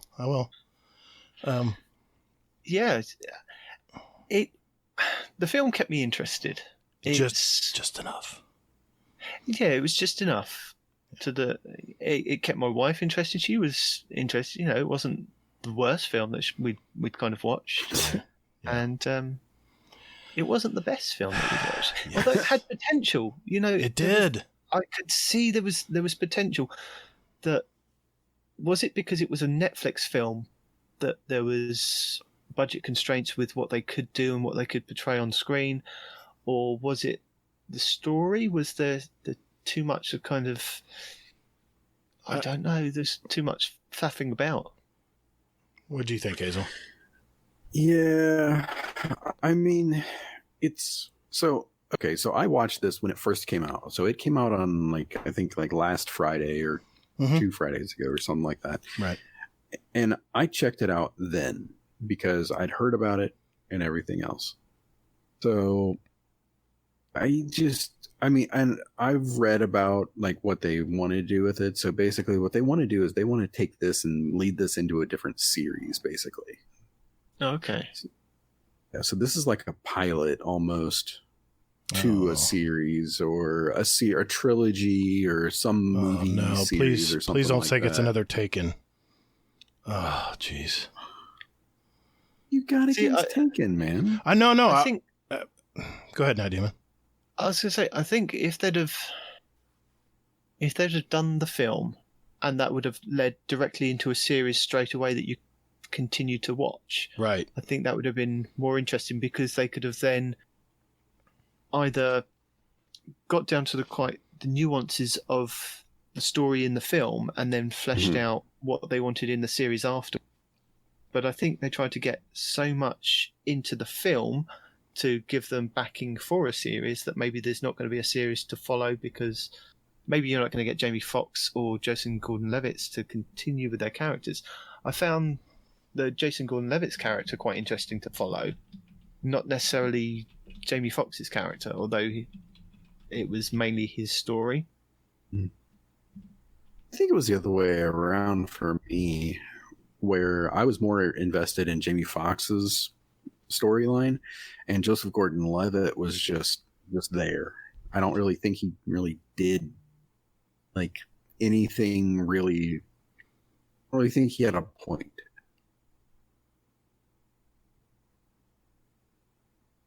Everybody still connected? Yeah. Sorry. Okay. I okay. I thought the call dropped. Sorry. Shit. I thought the plot was pretty average. I mean, I've seen so many of these type of movies before. I was thinking immediately Liam Neeson movie, like daughter gets taken and he's going to rescue her. Kind of a tried and true plot. And I was uninspired by the plot, but I mean, overall, like I said, it was just enough to get me interested. But it was pretty. The CGI was awesome. I loved this. The fight scenes and stuff were very good, especially when people became super weird. After they took the pill, everyone kind of had their own special, unique thing that made them stronger. Mm-hmm. I think that's where you can see the budget constraints. Whereas, I'd like to have seen more, and varied supers. Yeah. They could have expanded on that a little bit more. But to a degree, though, I mean, you kind of want to keep your cards close to your chest for a pilot to a degree. I mean, not when it's a film. When it's a film, you want to kind of go. It had a beginning, middle, and end. I mean, this movie was done by the end of it. It was definitely a close. So I'm trying to figure out how they're working this into a series. I'm trying to figure it out. There was a specific scene where they were showing off the drug, weren't they? Yes. And it was like a big club scene with loads of different people. And I found that interesting how they filmed it, but I'd have liked to have seen, rather than just maybe one or two things happen in that with the powers, I'd like to have seen a few more because there were a lot more, say, gangsters in that area that you kind of didn't really see anything happen with. Yeah, in the beginning, the weird I don't know, guy got sent from the government or whatever to distribute to all these other people to get it going, so to speak. At the beginning of the movie, he just who the hell's this guy? There's no real explanation of why this guy was involved. There's really no backstory about this guy. He just was a crazy looking dude who I guess was sent by the government to get this into the hands of the people and try it out in the city of New Orleans. Well, it was basically like, I mean, they didn't. I mean, so complete and utter spoiler alert here and everything else. But, I mean, it was basically that they were using the city of New Orleans as like guinea pigs. Yeah. Like, yeah, I mean, that was mainly it. Just see if they just testing. Yeah. That was it. They were trying to perfect it and get it more stable. Is what they said in the movie. Yeah. Overall feel, I think I was entertained. There were a lot of action scenes and dialogue. Some relationships I thought developed pretty nicely, like with the younger child, the younger girl, you know, with both characters and both of the main leads. And I thought that, you know, it was touching. I couldn't quite see. I mean, they tried to make a connection there. And I just think the girl's poor acting just kind of laid it flat. I mean, that's my opinion. I thought her acting was average at best. I mean, you can only do with what you got, you know? Yeah, and it's like Star Wars films. I mean, the scripts were so basic back in the day that there wasn't really much leeway to really act or expand on the story. You had to really stay to the story. So maybe it's kind of like this is. I don't know. Well, that's what I'm saying, because I mean, it's like 1 minute she's a hostage, the next minute she's like his BFF. Yeah. And it's like, what the fuck did I just miss? How'd that happen? Yeah. Yeah, but there have been other films that things like that have happened, haven't they? Oh, okay. I got to call out. You accept it. I got to call the bullshit moment here, okay? And you guys are going to know exactly what I'm talking about here. At the end, spoiler alert, if you haven't seen it, turn it off right now. Give us a few minutes here and you can come back. On the ending, Jamie Foxx takes the pill and becomes this slinging fire guy. And he slings it at the guy holding the little girl hostage, and she's unscathed. I'm like, okay, I'm going to suspend my disbelief a little bit here, but she's not going to at least get a tinge or any fire on her at all. You explode like a bomb and blow everybody in the area in the radius up. I mean, just literally liquefy them. And the girl's unscathed. Explain. I don't get that. I mean, I was like, bullshit when I saw that part. Okay, maybe I thought that as well. That was let's pull something out of our butt at the end movie. When you saw the huge Titan bubble, I thought, oh God, he's killed her as well, and himself, and that's everybody around her. Yeah, that's. And then what it was thought. like, no, we've got to save him. We've got to save the girl. Happy ending. And kill everybody else. So, like, I understand about the happy ending. Yeah, maybe like you said that. It was maybe accepted the fact that she trod on the guy's foot and managed to run away just as he exploded, so she was out of the radius. Right. I'd have accepted that. Right. Something. And then as the guy's turning to shoot her, he sends out that fire wave to kill him before he can shoot the girl. Right. And he just slings it like, I mean, he explodes into an area of effect demon or whatever you want to call it. And then he just kind of slings a little fire at the guy holding her. And she's just like, and falls to the ground. I'm like, no. I will suspend my disbelief, but that was bullshit. I'm calling it. And you know what the ending reminded me of? Tell me if you guys agree. That was a Die Hard ending. Everybody walks away happy, new relationships formed. Everything's good and the world's back to normal. Very tried ending. You guys agree? They did sort of leave it open for something else to happen when they said that the drug was popping up in other cities or something like that. Okay, yeah, at the end, yeah. Eh. Oh, wait a minute. The best part. Jamie Foxx is driving, I guess, Key West, it looked like. It looked like he was driving on one of those long bridge highways. I would think Key West when I think of that, but I don't know where he was driving. I'm thinking Key West because it was pretty close to Louisiana. And he hears, oh, we got the new rapper. What was her first name? I can't remember her first name. It was so forgettable. Oh, yeah. We got the new rapper. She got her new rap song out. I'm like, you just drove down there and she's already a hit. Please. Yeah. Please. Well, you don't know how much time passed. Okay, I'm giving him that, but still, really? She's now a rap star? Really? On the radio? Come on, man. It's like you said, it's the Die Hard ending. It's everyone's happy. It's exactly it. It's they stole it from Die Hard. It's the same ending. I don't know. Die Hard seemed to do it better. Oh, absolutely. Well, yeah, for sure. I mean, but here's the thing, though, is that I've only watched a couple Netflix movies, like Netflix made movies kind of things. So Kissing Booth 1 and 2, yeah. Well, I don't really count those in this instance, but I have a thought that because I watched The Old Guard, so I kind of have a feeling that all the Netflix movies are sort of the same. Like that last one. What was that last action movie we saw? We talked about with was it Ryan Gosling? The one with the building. Yeah, 7 Yeah, Under or something. Yeah, it was. What was that called? Ryan Reynolds. 7 Underground? Yes, 6 Underground. 6 Underground. That was the same kind of that. Yeah, I mean, it was fun. A lot of action scenes and stuff, but the come on, Nitedemon. Empty. The story. No. I enjoyed that. That I put over the top of this film. I've watched that twice now. I've watched it once by myself and with my wife, and she enjoyed it. And that's always a good sign if I can get a film that we both enjoy. I mean, come on, Nitedemon. I think Kissing Booth would beat this movie tonight. Yeah. I've much preferred watching Kissing Booth 1 and 2 back to back again. Oh, God. I wouldn't admit that, which is a shame because of the.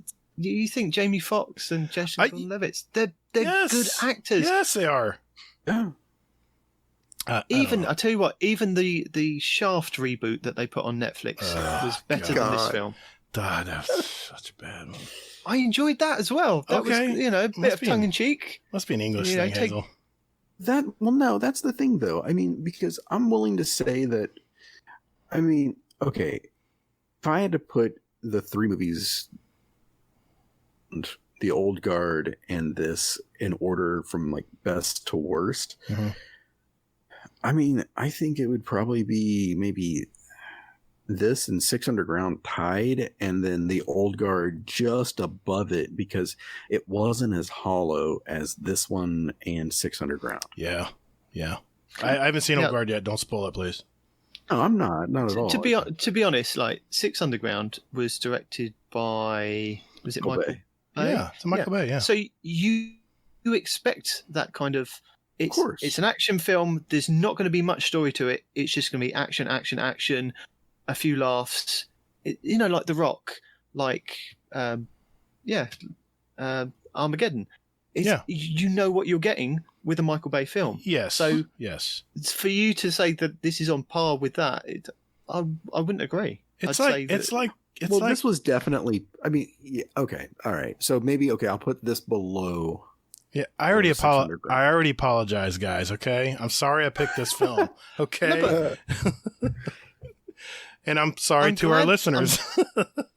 I'm glad that you picked the film, and I didn't pick the film and make my wife watch it for her to then turn around and say, "Why have you picked that and made us watch that?" Yeah, I made the excuse that I was watching the show. You were assigned the movie. Yep. Yeah. Got to. Well, hey guys, thanks for your input on it. That's our first movie review. That's pretty cool. I liked it. Yeah, guys, listeners, give us your thoughts. In the Discord, tweet us, whatever. Give us your thought. If you like this, maybe we'll bring the shit back. If not, we'll watch another shitty movie or whatever. Okay, all right. Before we go, everybody's got to give it a grade. I give it a C-. What do you guys give it? If you were to give it a C-. C-. That's a good one. It's barely entertaining enough to stay to the end. I'd give it. I'd probably give it a C. All right. I couldn't give it a C- just because it was watchable. Yeah. A D, I'm walking out of the theater. So it was very close. I'd still even watch D's. I'm sorry. I may watch a D, but my wife may say we're out of here. Okay, babe. All right, bet you would. I know. The only movie I've ever walked out of is The Thin Red Line. Oh my God. I even stuck through Existence. That was a film that was what the hell's going on? Oh gosh! But The Thin Red Line, it had all those top actors in it. Yeah. Yes, I remember. It had all those reviews that said it was a fantastic film, and I was like, "That was a money. That's what you call a money grab." Oh my word! That was a money grab. No, and that director of The Thin Red Line was, he's all about doing things that are kind of existential and that. So yeah. Okay. Yeah, I that was the only film I've ever walked out of. All right, so Hazel's giving it a C. Okay. That's fair. That's fair. You know, Kind of splitting hairs. I mean, it was still not a very good movie, but it was watchable in my opinion. That's fair. All right, guys. You know what, Hazel? We got some TWAB to talk about, so let's move on to This Week at Bungie.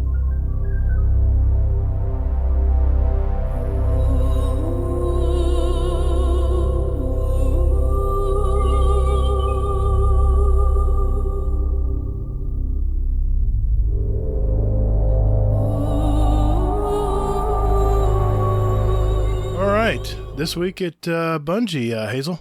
Well, what's the TWAB look like this week? All right, so the usual BS. One thing I do want to make note of is I believe it's by Torrid. I think he's still out there trying to get sleeper nodes, and he's in that hell. Bungie is fixing that finally. That's only been out for 2 years, and they're fixing that as to the reason why. Basically, there was a checklist, an internal checklist on Bungie's servers that were getting reset. And that's basically causing people to get duplicates and never find the last ones that they need. Now, going forward, they are going to, after this update, that is, 2.9.2 on September 8th. But so after that, then go ahead and you can pretty much knock out the rest of those damn sleeper nodes that we've been all sitting on and cursing under our breath. So aside from that, they're also adding some more glow to the solstice ornaments because they weren't glowy enough. So there's that for you tryhards. Yeah, you want to blind your opponent as you're running towards them with your shoulder charge. No, you want to say, "Hey, look at me! I'm over here. Shoot me in the head." And Crucible. Yeah. We're over here, guys. I'm over here. I'm nice and shiny. Yep, exactly. No. You don't want to go near the shiny people. They're the ones with the full supers. You want to go away from the shiny people. Good point. See, it's a warning. It's like one of those animals that, like a skunk, flicks its tail up. You draw them Get in. away from me. Yeah. Nice. I like it. Huh. You run from the glow. Run from the glow. I like that a lot.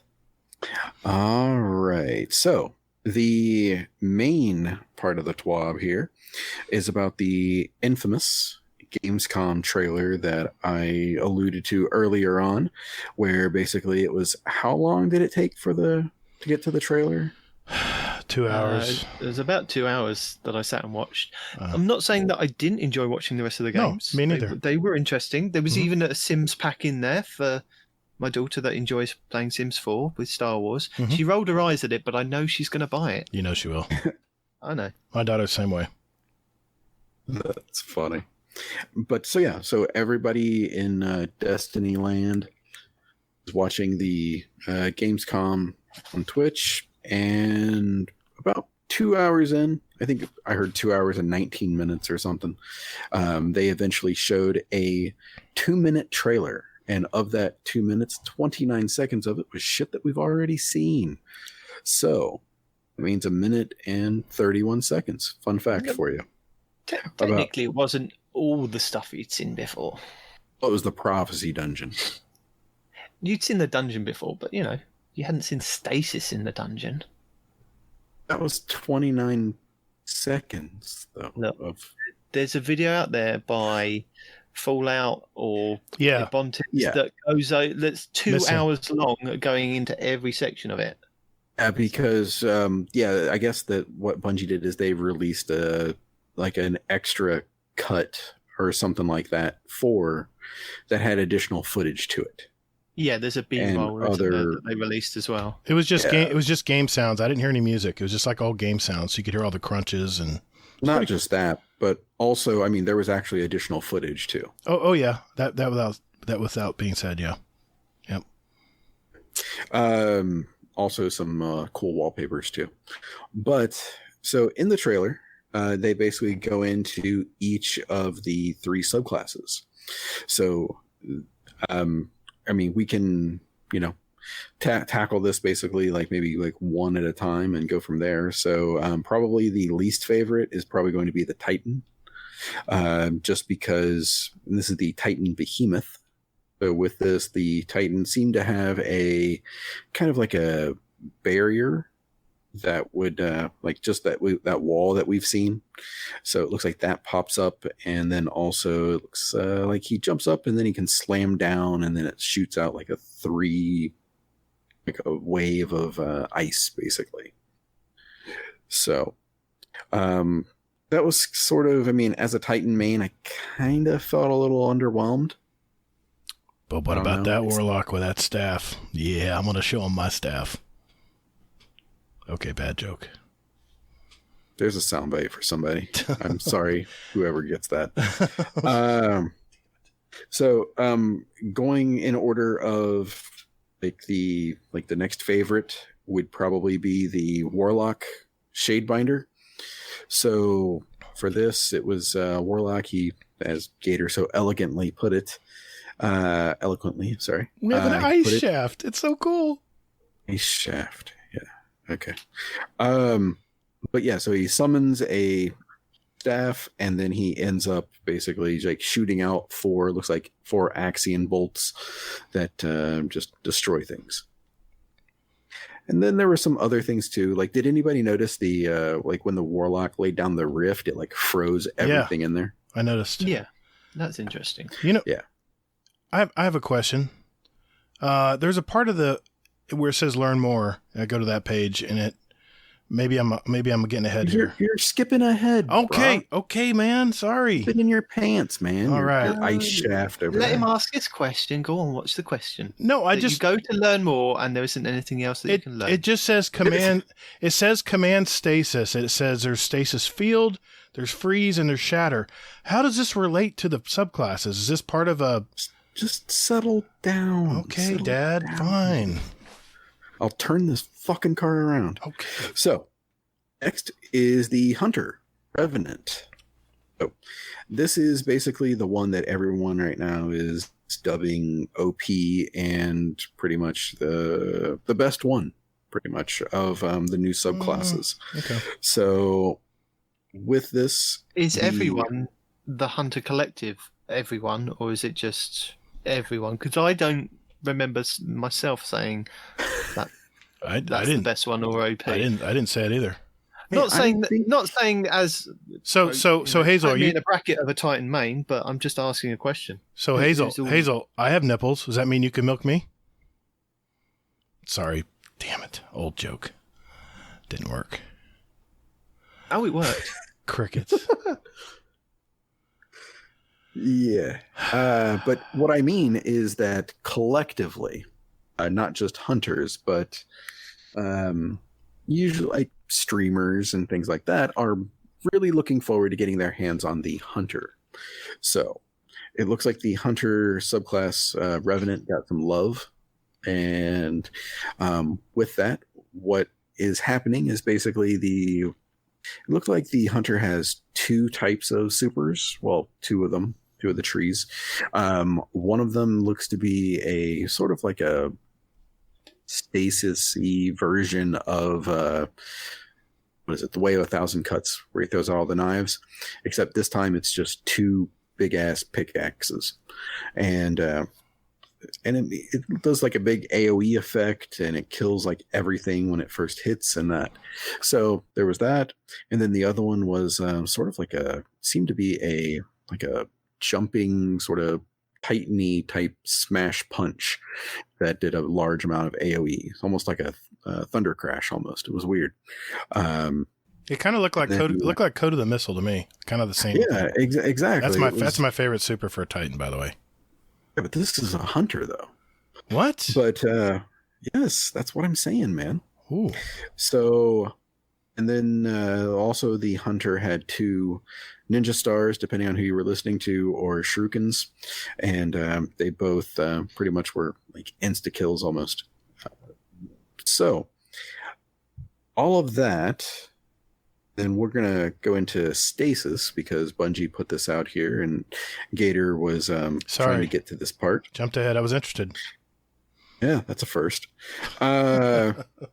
So with this, it is command stasis. So there's stasis fields, which is even the odds by slowing your enemies in stasis fields, then aim down the sights at your next target.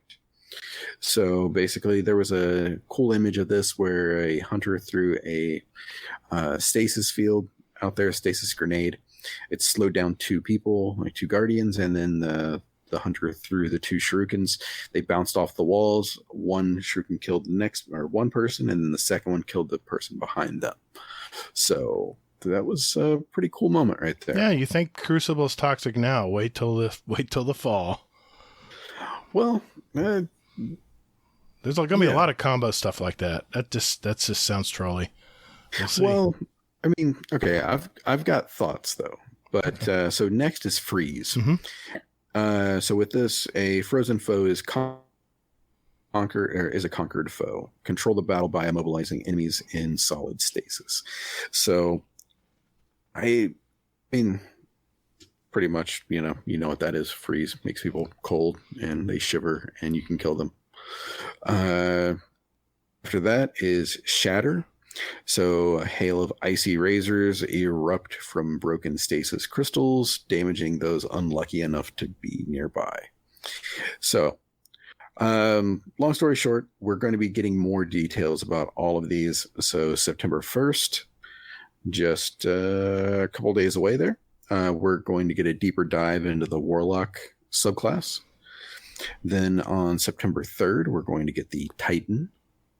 And then September 8th is going to be the Hunter.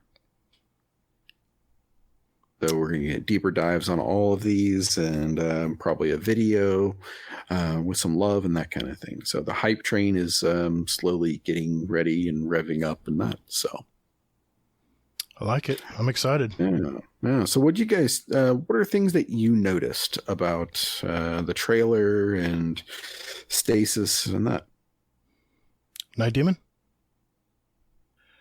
It's very icy. Yeah, it's gonna be chilly. Yeah, like there it is. Thanks for coming tonight. Thanks, guys. Yeah, and that's a wrap.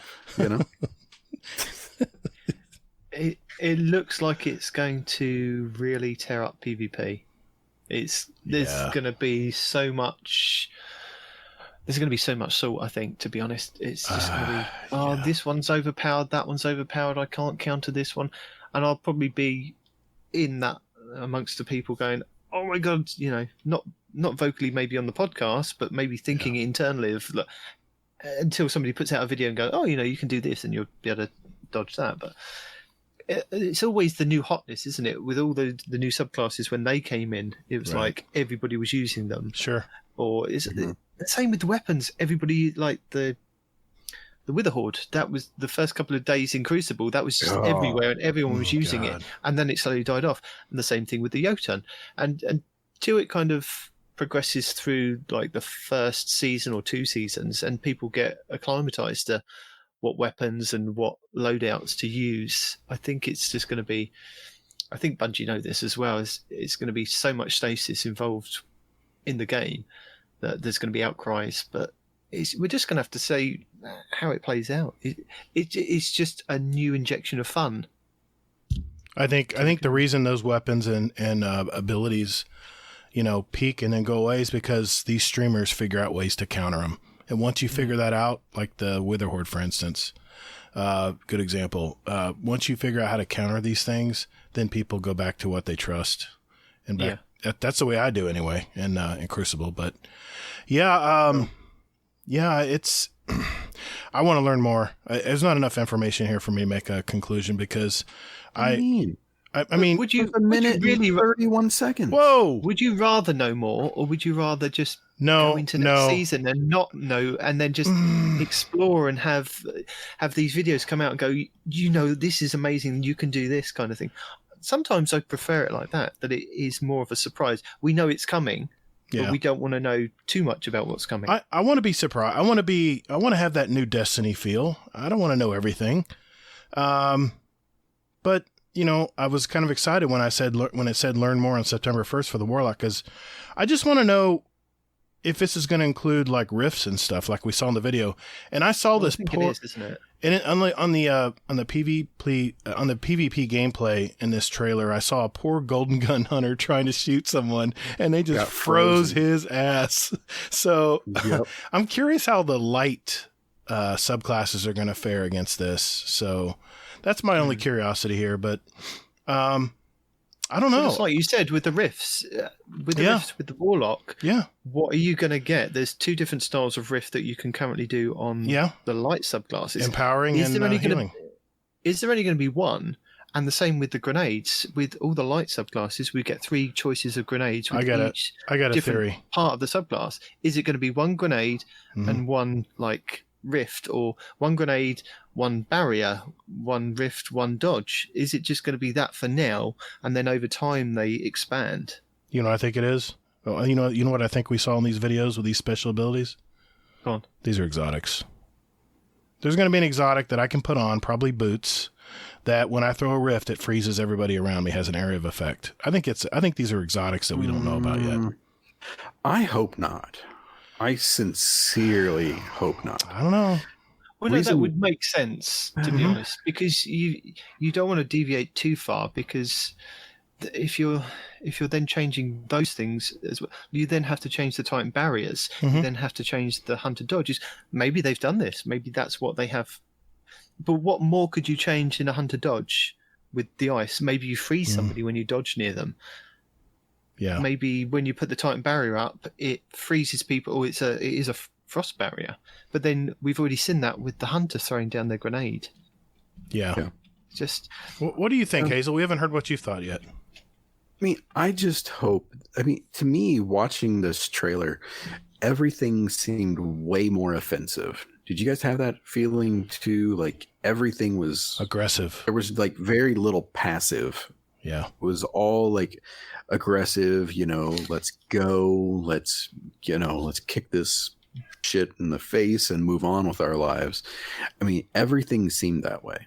Yeah. Yeah. I think that's the way they're marketing it, though, isn't it? I think they're probably fast-paced and exciting. Yeah. Well, I'm just hoping that they actually build these subclasses around that sort of aggressive play style. Sure.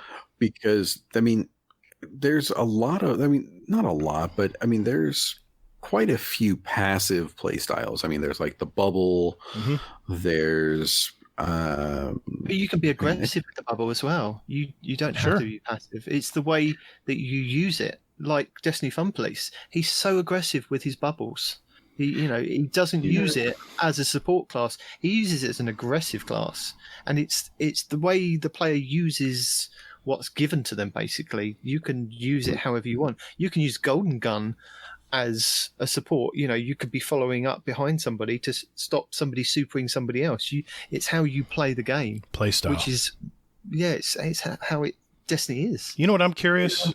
I'm curious if they're going to have 2 different trees for this stasis. If they're going to have 2 different trees or 3 different trees like they do with the others. I wonder if they're just going to offer one, and then maybe next season we unlock another. What do you guys think? You think we'll get them all 3 or all 2 at once, or do you think it'll just be 1? Or I think it would help.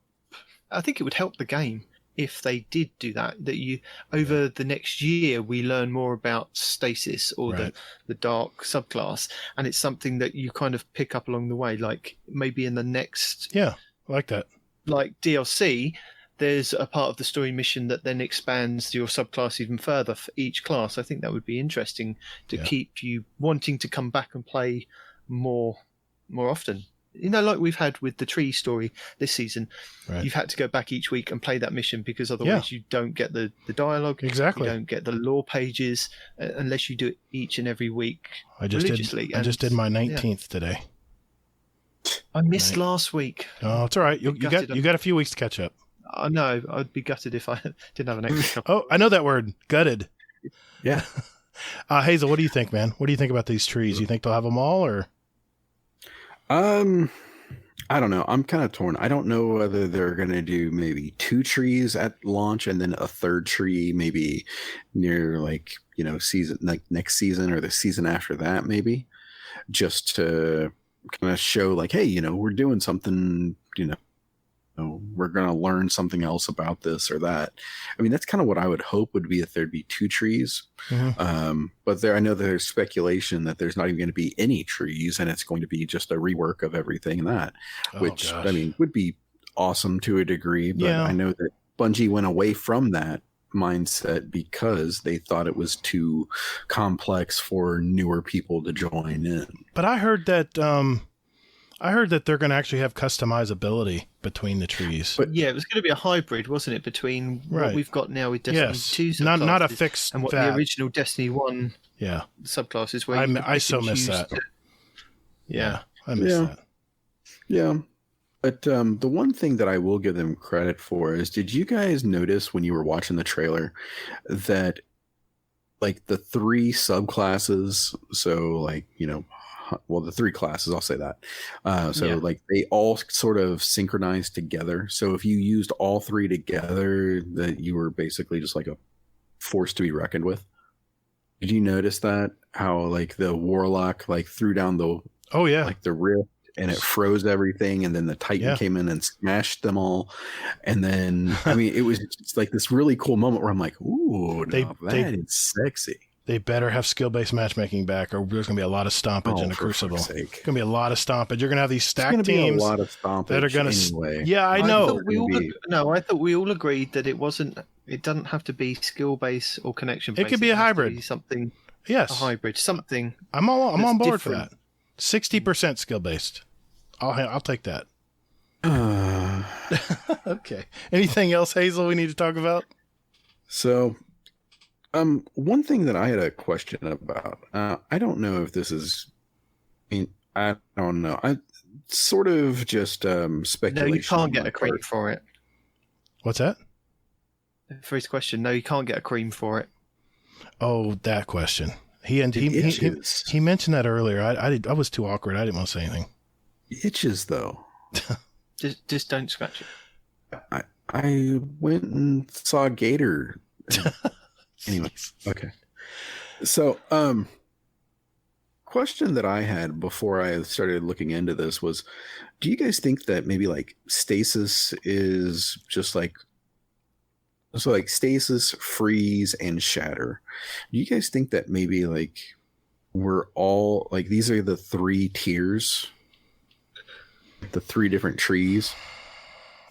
See, that was my question. I don't have enough information, and I guess in a few days we're gonna know, right? For at least the Warlock, then a few days later for the Titan, and then finally the Hunter. Yeah, I mean, I don't know. It's interesting though. It's an interesting thought, I think, but I don't know. Okay. But yeah, that's the TWAB. All right. Before we go, since Nitedemon was here tonight, I figured, you know what, Nitedemon, you're really good at reading articles and stuff. And you know what? I really am not. No, I listen to your show, man. You're very good at reading articles. And I was curious, you have an article out there? Well, that's fine. But do you have an article out there that you might want to share? Anything out there at all? There was a really interesting one that Paul Tassi put out this week. Did you guys see this? Regarding a video that Astacross put out at the beginning of the week. It was one that I was going to watch, but I hadn't kind of got round to watching before this popped up on my feed of, you should have a look at this. And this kind of goes in tandem with what we were talking about with the different subclasses and all the stuff that's kind of going away in Destiny, that they're possibly building a Destiny 3 but still being called Destiny 2. And it was quite interesting how he went into Astacross's video. That where was it? Let's have a look. Sorry, I'm just trying to find a good point to lead into. Yeah, so Paul was saying that Astacross pointed out the common theory about the Destiny content vault was that Bungie was mainly doing it to start saving space as the game was getting simply too big. And I don't think that was the theory. That's what Bungie told us in the Vidocs, is that they were putting stuff in this content vault to save space because it was getting too big. So we were being told this just to allow them to rebuild things like Destiny 1 assets and bring them back into Destiny 2.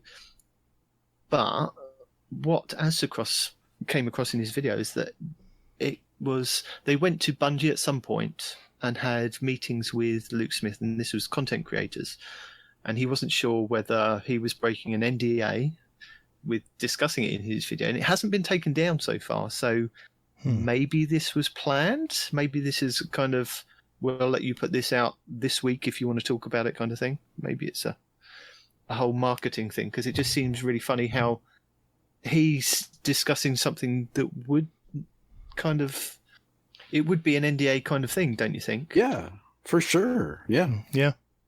I mean, if somebody's discussing specifically what was told to them a couple of months back now, and it's contradicting what Bungie have said to us, it doesn't make sense. But he was saying, sorry. No, I was just going to say, I would not be surprised if Bungie pulled Aztecross aside and said, listen, on this date, you're going to release something like this, and mention it.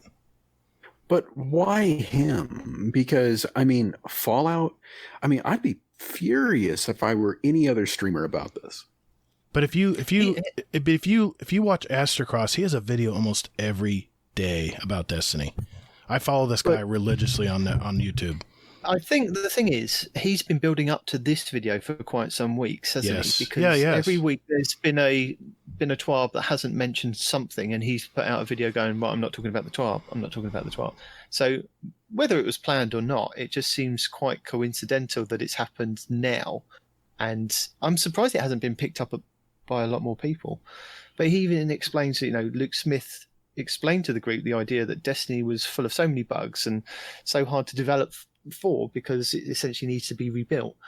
And the purpose of the content vault isn't just about saving hard drive space, that these planets and activities are being rotated out of the game in order to rebuild it in such a way that either a new processor or engine for the game needs to be put into it.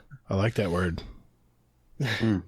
To then bring it back, which would make sense, because a lot of games, when they do make the next iteration of a game, they move the game engine on further, which would then make sense with, we'll take out like 50% of your game, or even more than 50% of your game. We will then upgrade it to a new engine. We'll put some extra stuff in there, and we'll reload it back up to your hard drive. Because let's face it, Destiny's going to go down for maybe 2 or 3 hours, maybe even longer. Sometimes it has been longer, hasn't it? And then it's going to take you a while to get back onto the Destiny servers, like it was with Rise of Iron. There was quite a few hours, wasn't there? Yeah. Remember that? Yeah, I remember it. He was sitting in a queue at reset waiting to get on. I was one of 31,000, I remember. Yeah, so it would make sense that this would be the time for them to suddenly go, this is Destiny 2 on a new engine with new stuff. So then that way they can get rid of the bugs that were in Destiny 2 and the Destiny 1 stuff, and bring it back into this new engine that's kind of going to propel this game to be, quite everlasting for the next generation. I mean, they kept it going on the 360 for quite some time. I think it was up to Rise of Iron, wasn't it? Yeah, then they said, sorry, guys. Had to cut it off, yeah. Same with PS3.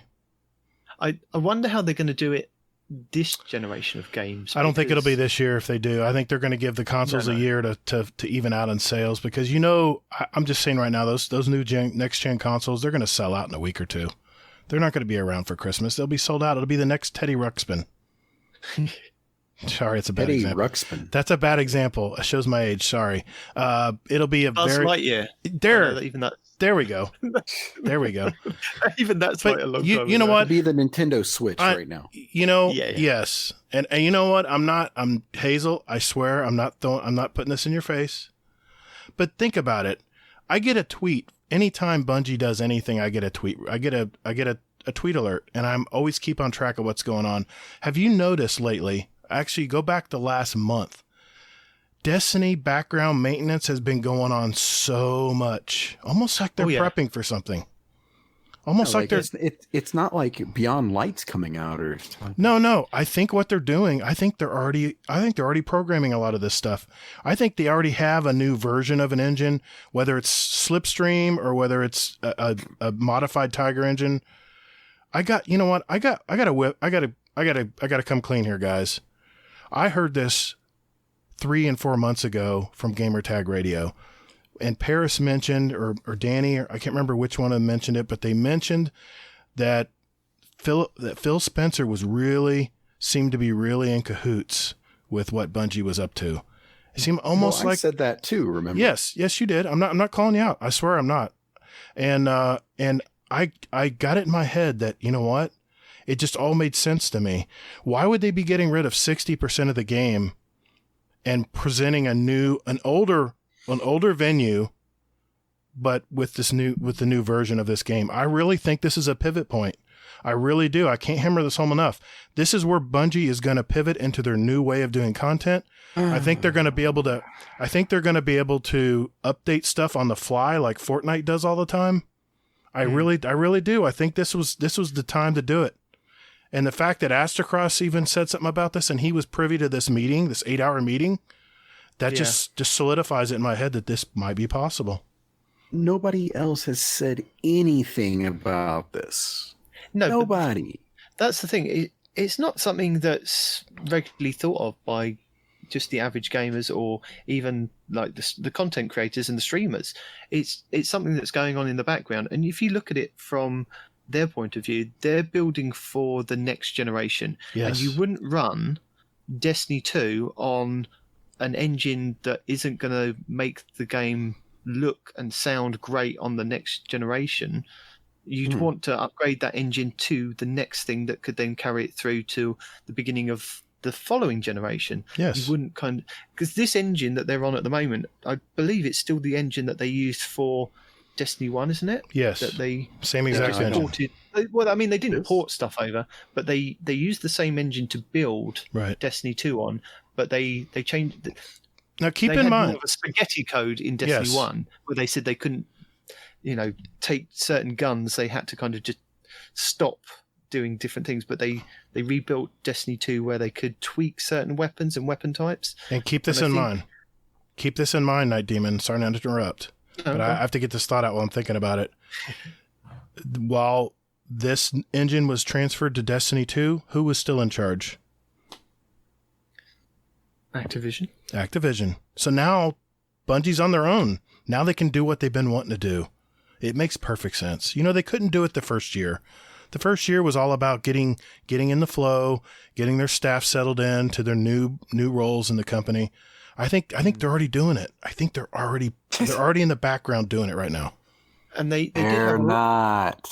They had a lot of layoffs. Well, not layoffs. They had a lot of people retire from certain posts at Bungie about just over a year ago, didn't they? When they hit their bonuses and that, and then they've rehired other people. Mm-hmm. But no, Hazel, it makes sense with what they've been saying about.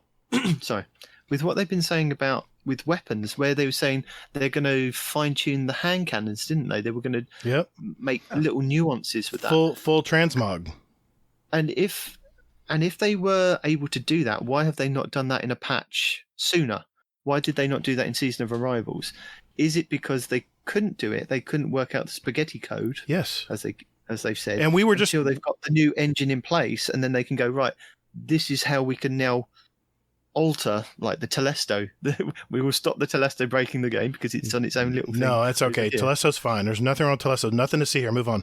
Everything is wrong with Telesto. No, there's nothing wrong with Telesto. Don't you realize you are just feeding Gatr, and he is going to be like, I'm so excited. Oh, God. I'm so excited.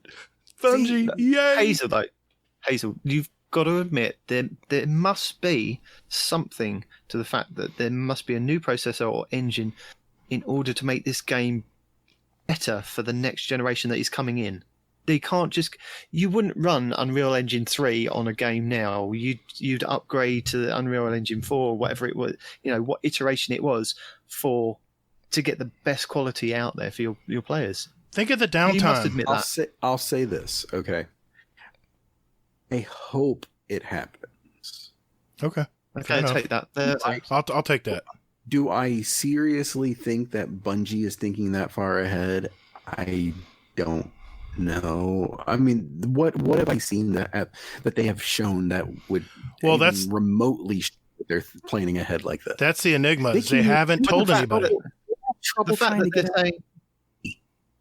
the fact that they're saying 60 frames, 100 and whatever it is, the 4K the best quality you can get. 4K 60 4K frames on a console. On a console. How are they going to pull that off? But there was a lot of people saying that it's like Destiny 3. So that would make sense. But if they're using a new engine, isn't that going to have new problems? Well, all engines they're going to have to work their way through. But what if there was a programming loop that they had to do to upgrade a gun, and maybe it took. Let's just say it takes 8 hours for two programmers. Wait. My argument is this against it. Okay, is that this is Bungie's. I mean, pretty much this is the make or break moment for Bungie. Yeah, it is. Beyond. Okay. So are you going to put all your eggs in one basket in a new engine that you hope that you can fucking figure out? Hazel. Or are you going to stick with what you used before this? Hazel, adapt or die. Adapt or die, man. That's the gaming environment. What they've been, yeah. They're adapting what they're in. They've got the next 3 years planned. And to have the next 3 years planned, you've got to have something there to get that game going in the next generation and the next generation. To keep it fresh. I'm going to bring in an example we just talked about tonight.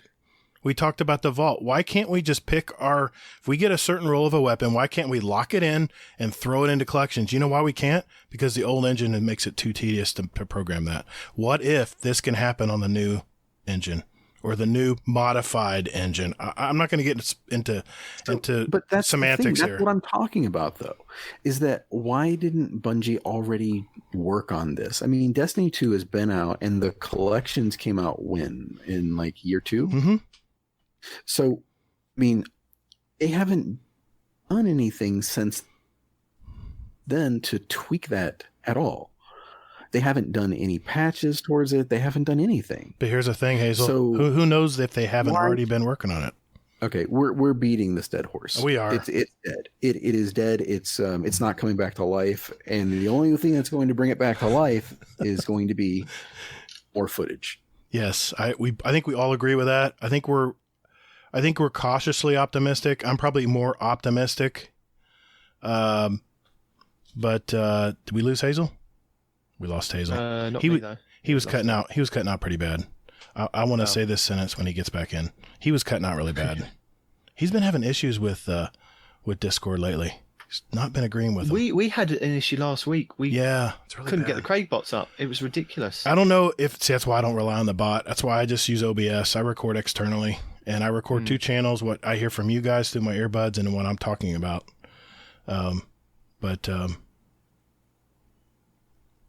You there? Hazel? It's crazy, but yeah. No. You were cutting out pretty bad, so I was hoping that would happen. You'd be able to reset the cache or whatever. But I was just going to say this sentence. I think we're all cautiously optimistic. I'm probably very optimistic. Well, I'll be fair. I've been hyping this up for a long time. And I think what you said is right. Until we see more footage, it just boggles my mind why Bungie hasn't tried to sell this point that it's on a new engine, because a lot of games do that. See, now it's not. I don't know. I'm not letting go of this idea. Don't you think that would be like the first damn thing they would say is maybe they don't want people to know. We have a new engine. What if they don't want people to know that they're struggling with programming and updating stuff? Maybe they just want to keep it an industry secret. Maybe they don't want to tell. Maybe they just want to say, hey, look at this beautiful stuff and look at all this great stuff you can now do in the new Bungie game. All right. Because I would be so damn proud of that. I'd be like, guys, we've got shit figured out. I mean, I'd be screaming it from the rooftops if I were Bungie. Well, I wouldn't extend it out like 2 months and then like go dark and then have like shitty twabs for like 3 weeks in a row. Well, we're in a lull. We're going to have crappy twabs. It's just the way it's going to be, but it'll pick up soon. No twab is a crappy twab. There's always something in there. And this man knows too, because you guys dig it up. You guys cover all the angles. I love it. Okay. We'll leave the conversation there. I had to mention it because it was the most beautiful story I've heard in a long time. And I wanted Mr. Nitedemon to read it because I wanted to be impartial here. I wanted Nitedemon to be neutral. Yeah. If I can find it real quick, I have an article as well. Oh God. Yeah. Do you really? Yeah, I do. Jeez, look at the time. Well, while you're waiting to pull that up, if anybody is looking for those nodes on Mars for the the sleeper simulant catalysts and everything else that you can get. So if you're looking for that, the lowlydevs.com, if you go to their site and you link your Bungie account, you can then track which nodes that you are missing, and it'll show you where they are. Well, I did, before you say something, they did say in the TWAB this week that the way that the system works is you're never going to get a node in an area where you are currently. So make sure, if you're looking for a node in a certain area, make sure you're not in that area. That's one way. I think everybody already knows that, though. I know. I saw that in a video a long time ago, but just want to mention it because they mentioned it this week. Yep. So apparently there was a price leak for a 2 terabyte SSD version of the PS5, and it was $1,000. No, ain't gonna happen. Welcome. It ain't gonna happen. No, $4.99. That's the cutoff. Anything more than that, they're not gonna sell any. We'll find out, and I hope anybody or everybody went ahead and signed up for. Yes. Or if anybody who wanted to signed up to get the PS5. Do you get the email? Right. I didn't get the email, but I signed up. So yeah, I got the email. It's pretty cool. It's a game of chicken at the moment. We're just waiting for whichever one. If one of them comes out with 650, the other one's going to come out with 6. Let's face it. Yeah, of course. They want to price it as high as they can to get the best for them, but you never know what Xbox might do. They might undercut like they did with the 360 to get more units out there. It's never gone this far before we haven't heard any kind of hype about prices. Yeah, because and the site and the pre-orders, you could always pre-order a lot earlier than this. Yeah. Yeah. And what's funny is they said, here's undercut last time. Well, here's the pre-orders. By the way, if you're interested in a pre-order, we can't tell you a price yet, but sign up. I'm like, oh, Jesus, you kidding me? Okay, I'm in. All my friends are on PS4. I mean, that's. I know I can crossplay. I know I can crossplay with them with a newer PS5, but I'd rather everyone enjoy the PS5. Then they'll know what we love over on the PC all the time. They'll be able to get that experience finally.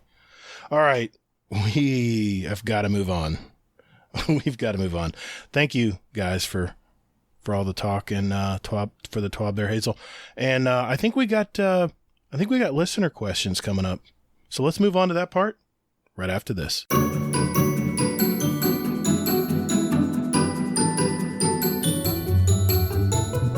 All right, ladies and gentlemen, this is the part of the show where we get listener questions from our Discord and Twitter.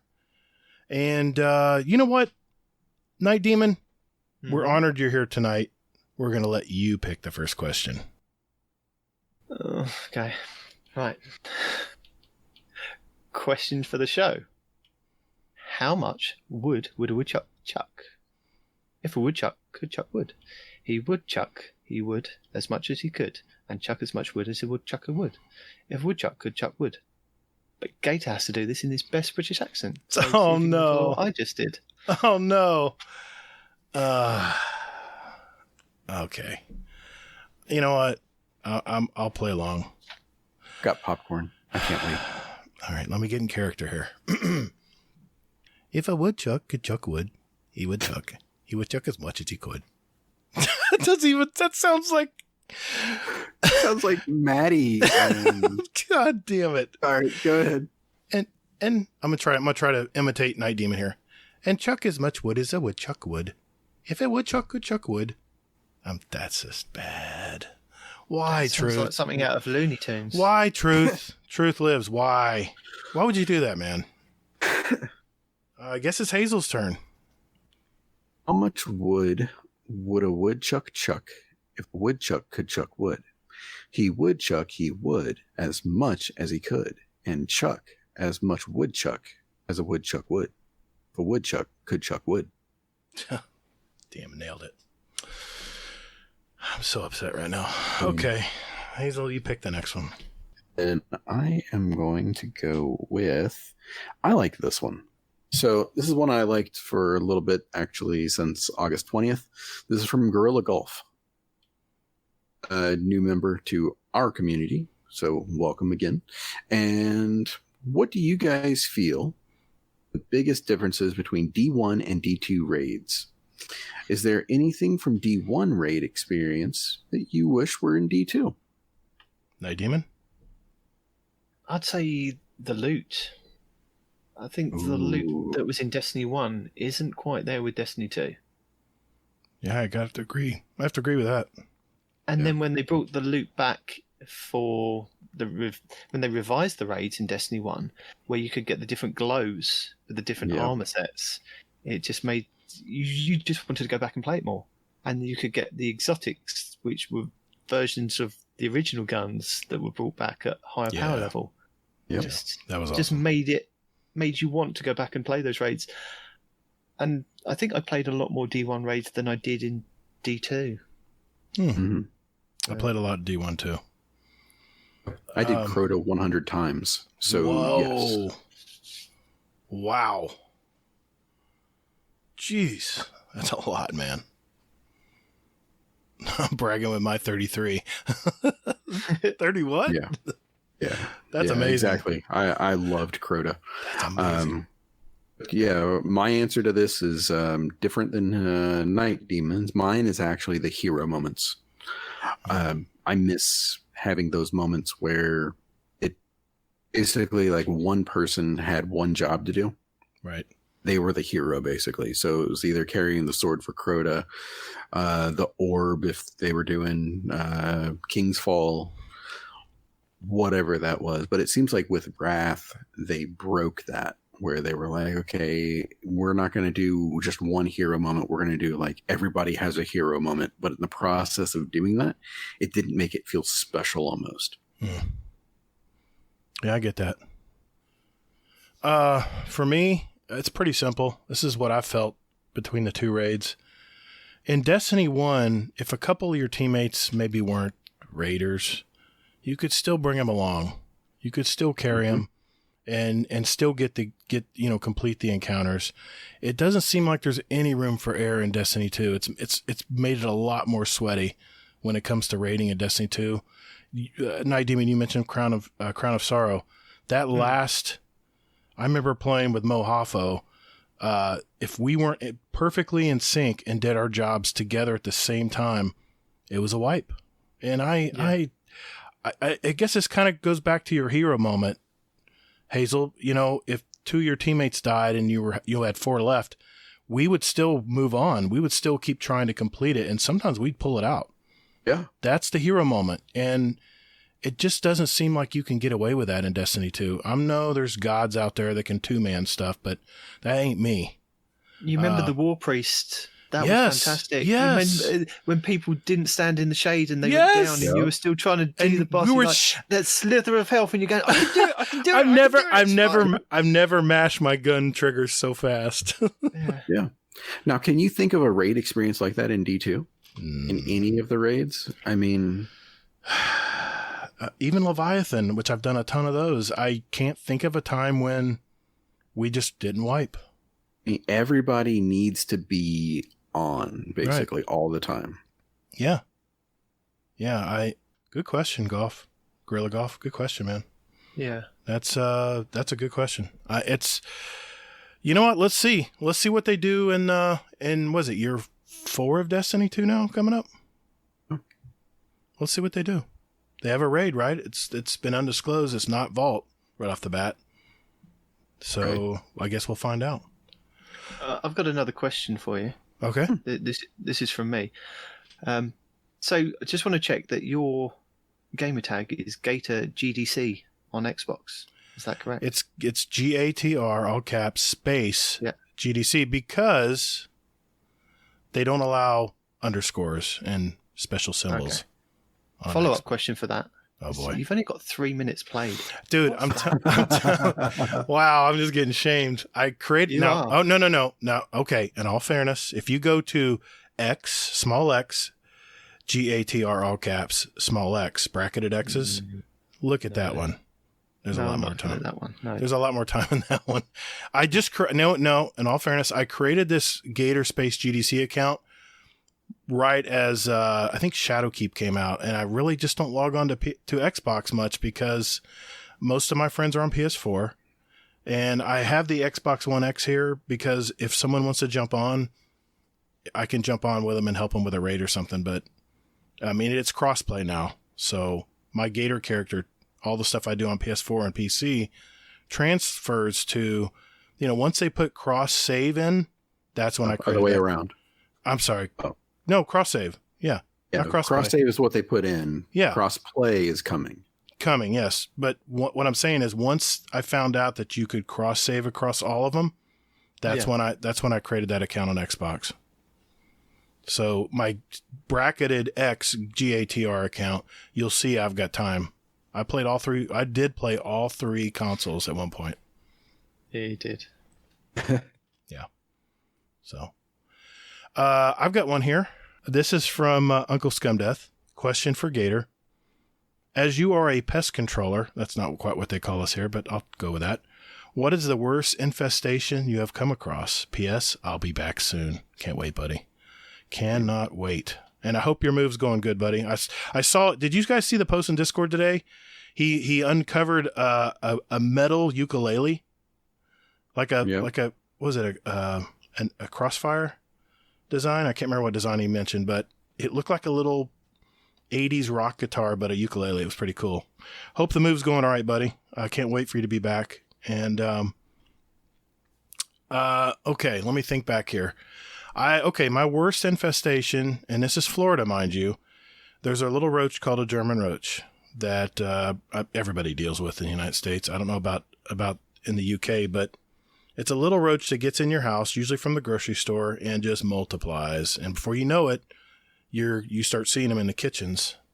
And I went to a house one time. It was a rental, and I could tell you right now, it was, let's just say they like to partake in certain extracurricular things.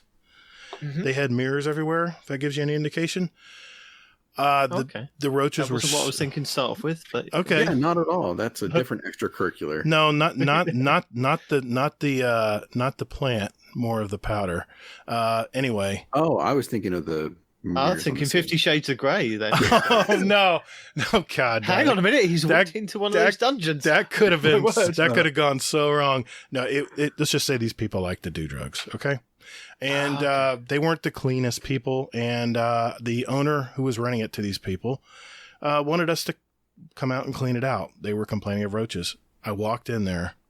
The roaches were climbing up the walls. They were so thick. And I quite remember they had a rock concert t-shirt pinned on the edge of the bar. And I said, oh, wonder what's behind this. I unpinned it, and there was a perfect, solid chunk of roaches out that looked like the t-shirt was still there, but a different color. That's how bad it was.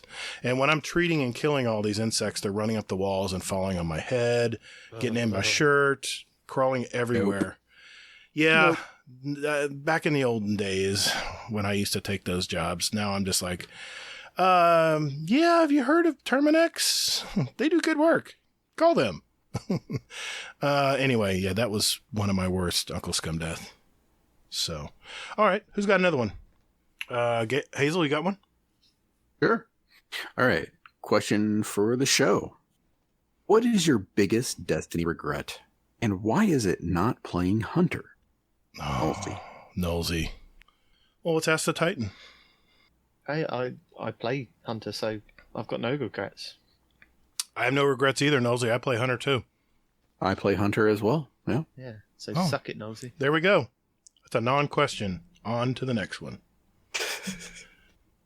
I got to read this one from Chubby Wizard. He has really good questions. I like his questions. Question for the show. If you had the ability to pick the new Hunter Vanguard, who would you choose and why? I would pick Shiro 4 because I think they have bigger plans for Uldren, and I like Shiro in Destiny 1. I remember him.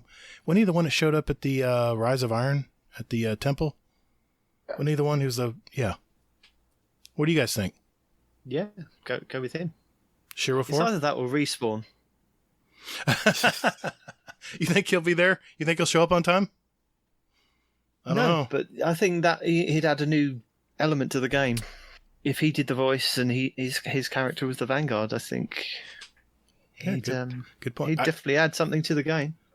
You know what? It'd be like when you spawn into the tower and you don't see the vendors. Like, where the hell's the vendors? All of a sudden, they just appear in front of you.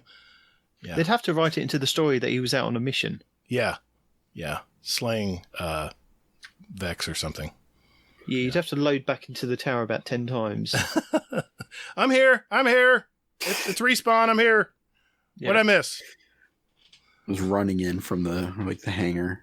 Just like, hey. That was funny that you did that last week as your little skit. We love you, Respawn. And he just showed up out of nowhere. We were joking about the fact that he probably hasn't got a signal, so that's the reason he hasn't joined us. And then he joined us like 10 minutes later because he found a signal in the airport. That might be in the outtakes at the end of the show. Just saying. Yeah. I think it should be Aldrin, because whoever kills Cade 6, it's written. They need to replace Cade 6 as the new Hunter Vanguard. I think it's still going to be him. And no, see, my new lore guy, not Arf, would completely disagree with you. Really? In the lore, it says that it's not. Hey, I'm not the lore guy. You have to ask him. Okay. Okay. He says that doesn't count as the Vanguard there, apparently. I think that's what he was saying. Okay. That's just my opinion. I hope it's not Shiro. Yeah, it'd be kind of a letdown. I'm sorry. Shiro was a average Anna ender. Bray? Sure. She's got nothing else to do for a while. Good point. She is a hunter. She's on Europa, though. Is she? Is she? I mean, I assume so. Well, the stranger, Elsie, we think's going to be sister. Elsie Bray. Yeah. Well, you know, her little Warmind pet's been shut off, so I don't know. She doesn't have much else to do. She's got to go somewhere if we want to keep her in the story, right? Bungie, get on it. Well, I think that's the reason why they changed the actress, didn't they? They changed the actress that did the voice lines for the previous season, so maybe they've kept her around for whatever's coming up. Okay. Oh, that'd be nice. Yeah. But then what do we use the Vanguard in the tower for? What would be her purpose? I mean, we visited Cade to get treasure maps to go off and do different things, and then since Forsaken, right, we haven't had use for those treasure maps. They were taken out of the game. Ikora's kind of been sidelined. We only go to Zavala. It's not like in Destiny 1 where you visited your specific Vanguard to do specific things for your class. We don't even go to Ikora. I think maybe they should bring that back. Yeah. Just realize that. We don't even go to Ikora There's anymore. no point for the Vanguard at the moment unless they change them up significantly. And Luke Smith did say that you kind of won't see this coming. Whatever it is that they've got planned for Destiny come November is going to be a complete change to how we're used to Destiny. So maybe. Okay. I think it's going to be a MOBA. Okay. All right. So, question from the Laz. Question: what was the last concert you went to before COVID hit? Mine was Hootie and the Blowfish and Bare Naked Ladies. In the same concert? That sounds interesting. I do like Bare Naked Ladies. I like some of their older stuff before they became like commercial. You know, I went back and I bought all their old albums. We need to put a Bare Naked Ladies song in our playlist soon, Hazel. Yeah, we're due for that. I think so. We're due for that. $1 Million is a good one. I like that one. Ben Folds also. We need to put a Ben Folds song in there. Not this week, but soon. So go on. What was your last concert you went to? How far you want to go back? It's been a while since I've been to a concert. I have a tinnitus, whatever you want to call it, the ringing in the ears. Yep. From years. I saw and Baby years. Driver. I know what you're talking about. Yeah, exactly. And I avoid concerts anymore, but I would say the last concert I went to was my buddy Jeff Coffey. You probably don't know him, but he was the lead singer for Chicago when they were touring before COVID. And then he was a buddy of mine. I went to high school with, my best friend in high school, and I think I saw him on the porch. Over out at Disney. So yeah, that was the last time I went. It's been a while. Though. Okay, good question, Laz. The last concert I went to was 14 years ago, My daughter was only 3 months old. We left her with my sister-in-law, and we saw the Rolling Stones. Oh, and that was the last concert that I saw. I'd love to see them. I'd love to see them in concert. It was absolutely amazing.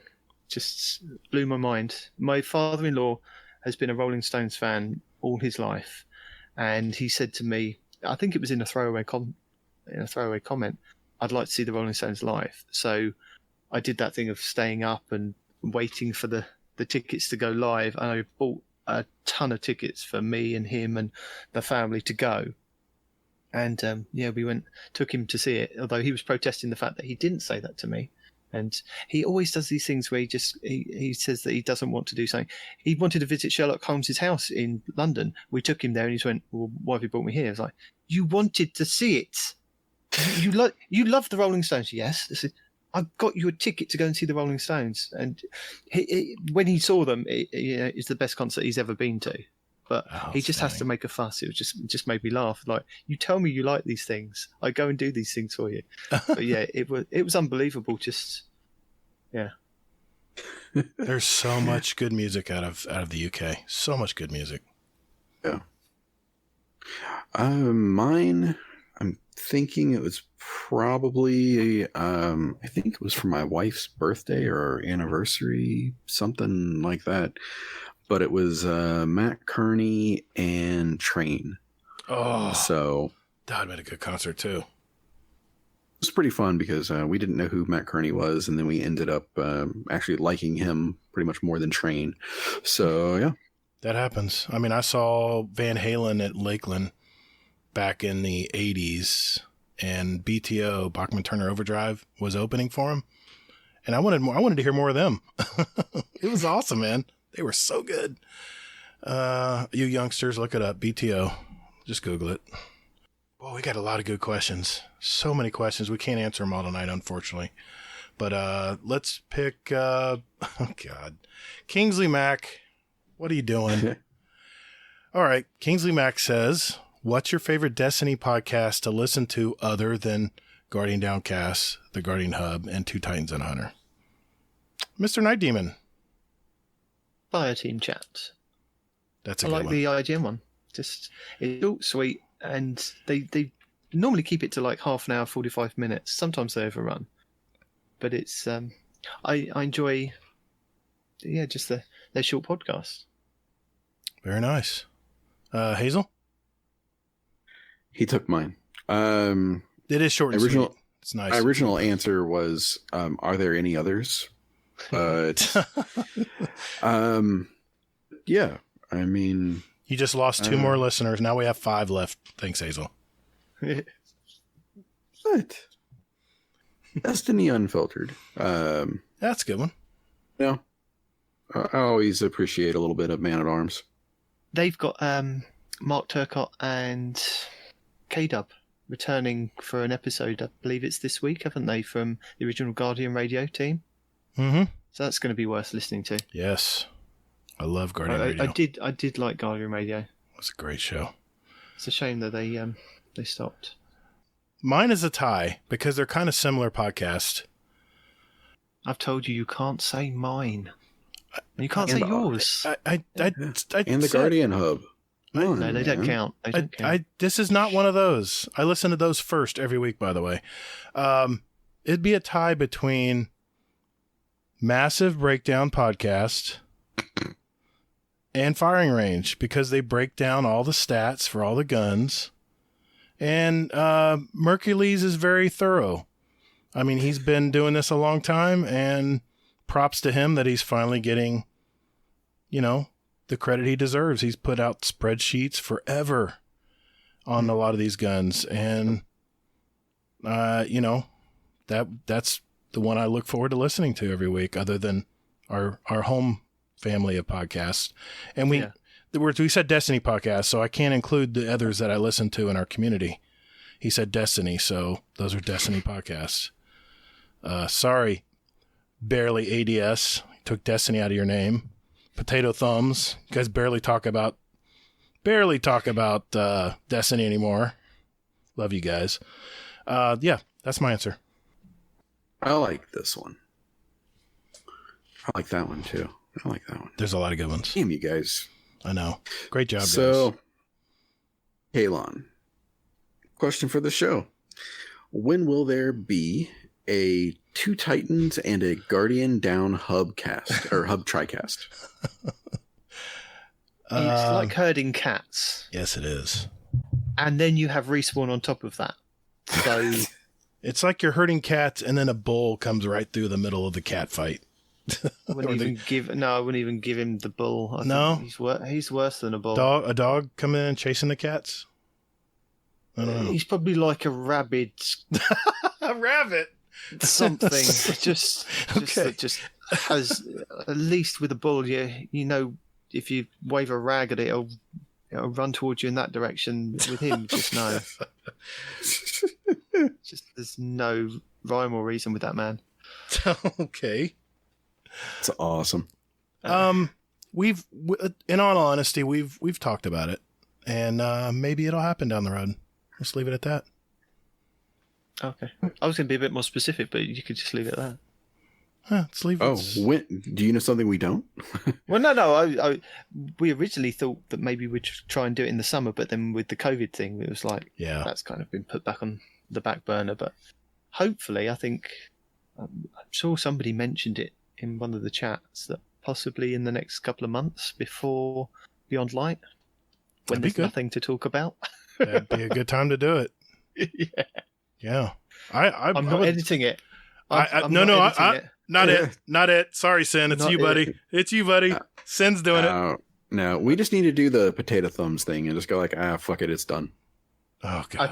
I think with one of that size, it's just going to be recorded and just put out there, because it was a nightmare. I'm not editing Respawn. You guys can listen to those boring stories as much as you like, and believe me, the one that you got in last week's show is nothing compared to the amount of rubbish that we have to listen to each week. There's at least 3 or 4 stories. He goes, "Don't put this in the cast." Oh, but there's no point in you saying that because you'll put it in anyway. Like, just don't tell us the story. Let's just talk about Destiny. That's for a different podcast that nobody wants to listen to. Anyway, sorry. Oh, jeez.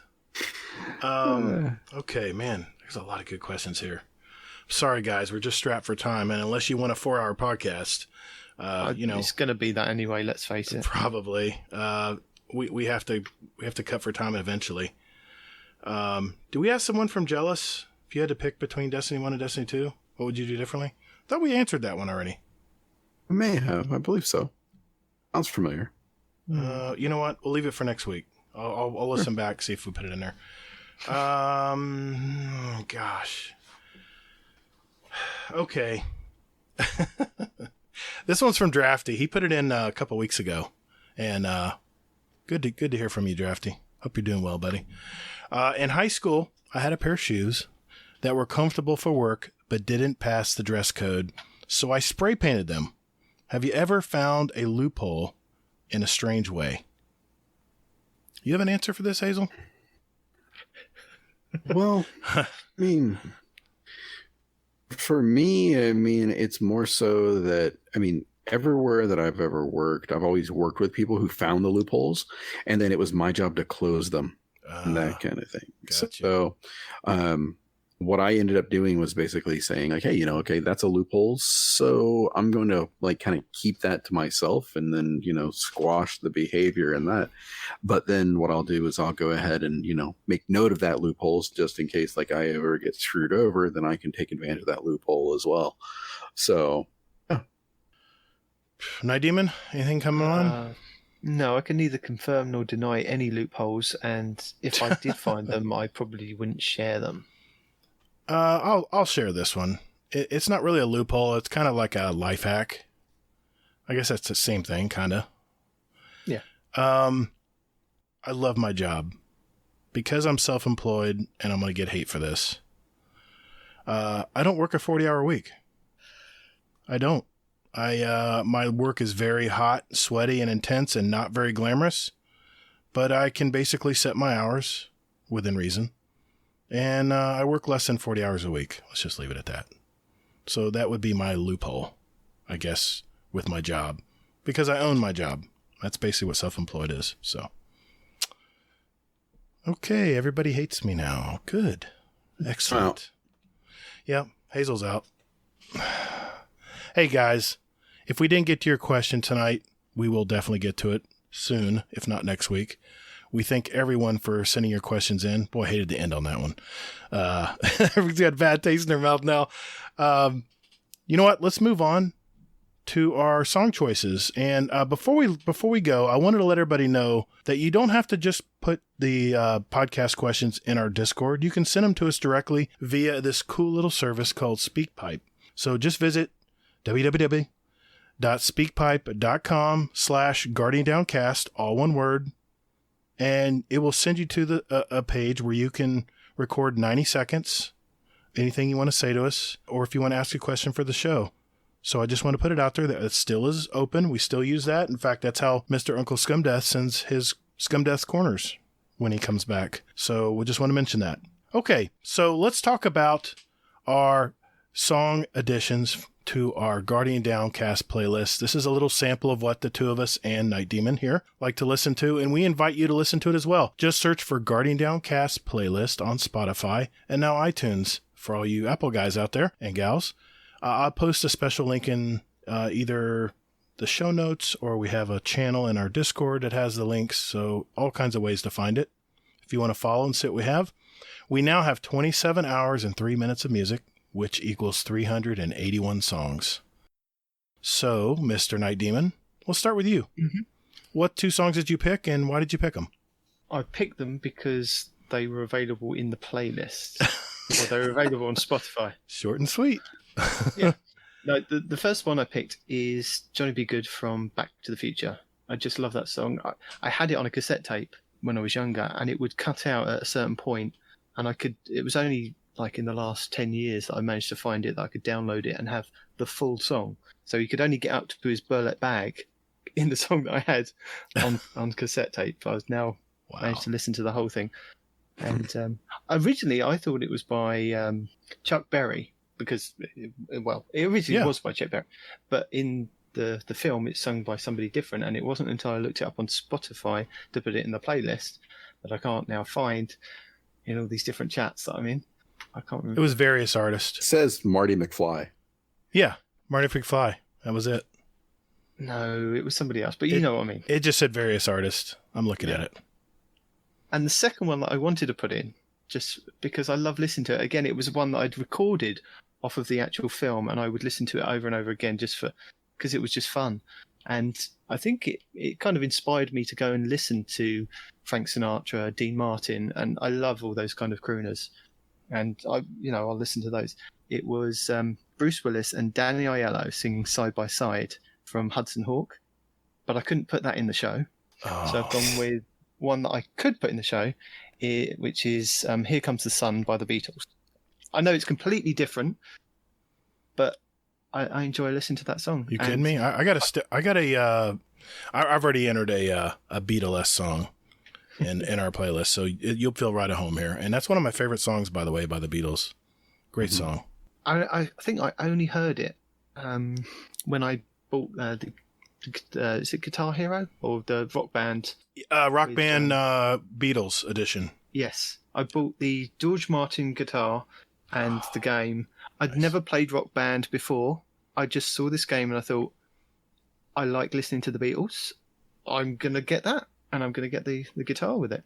So, one of my favorite games. That's where I found it. It's a great game, man.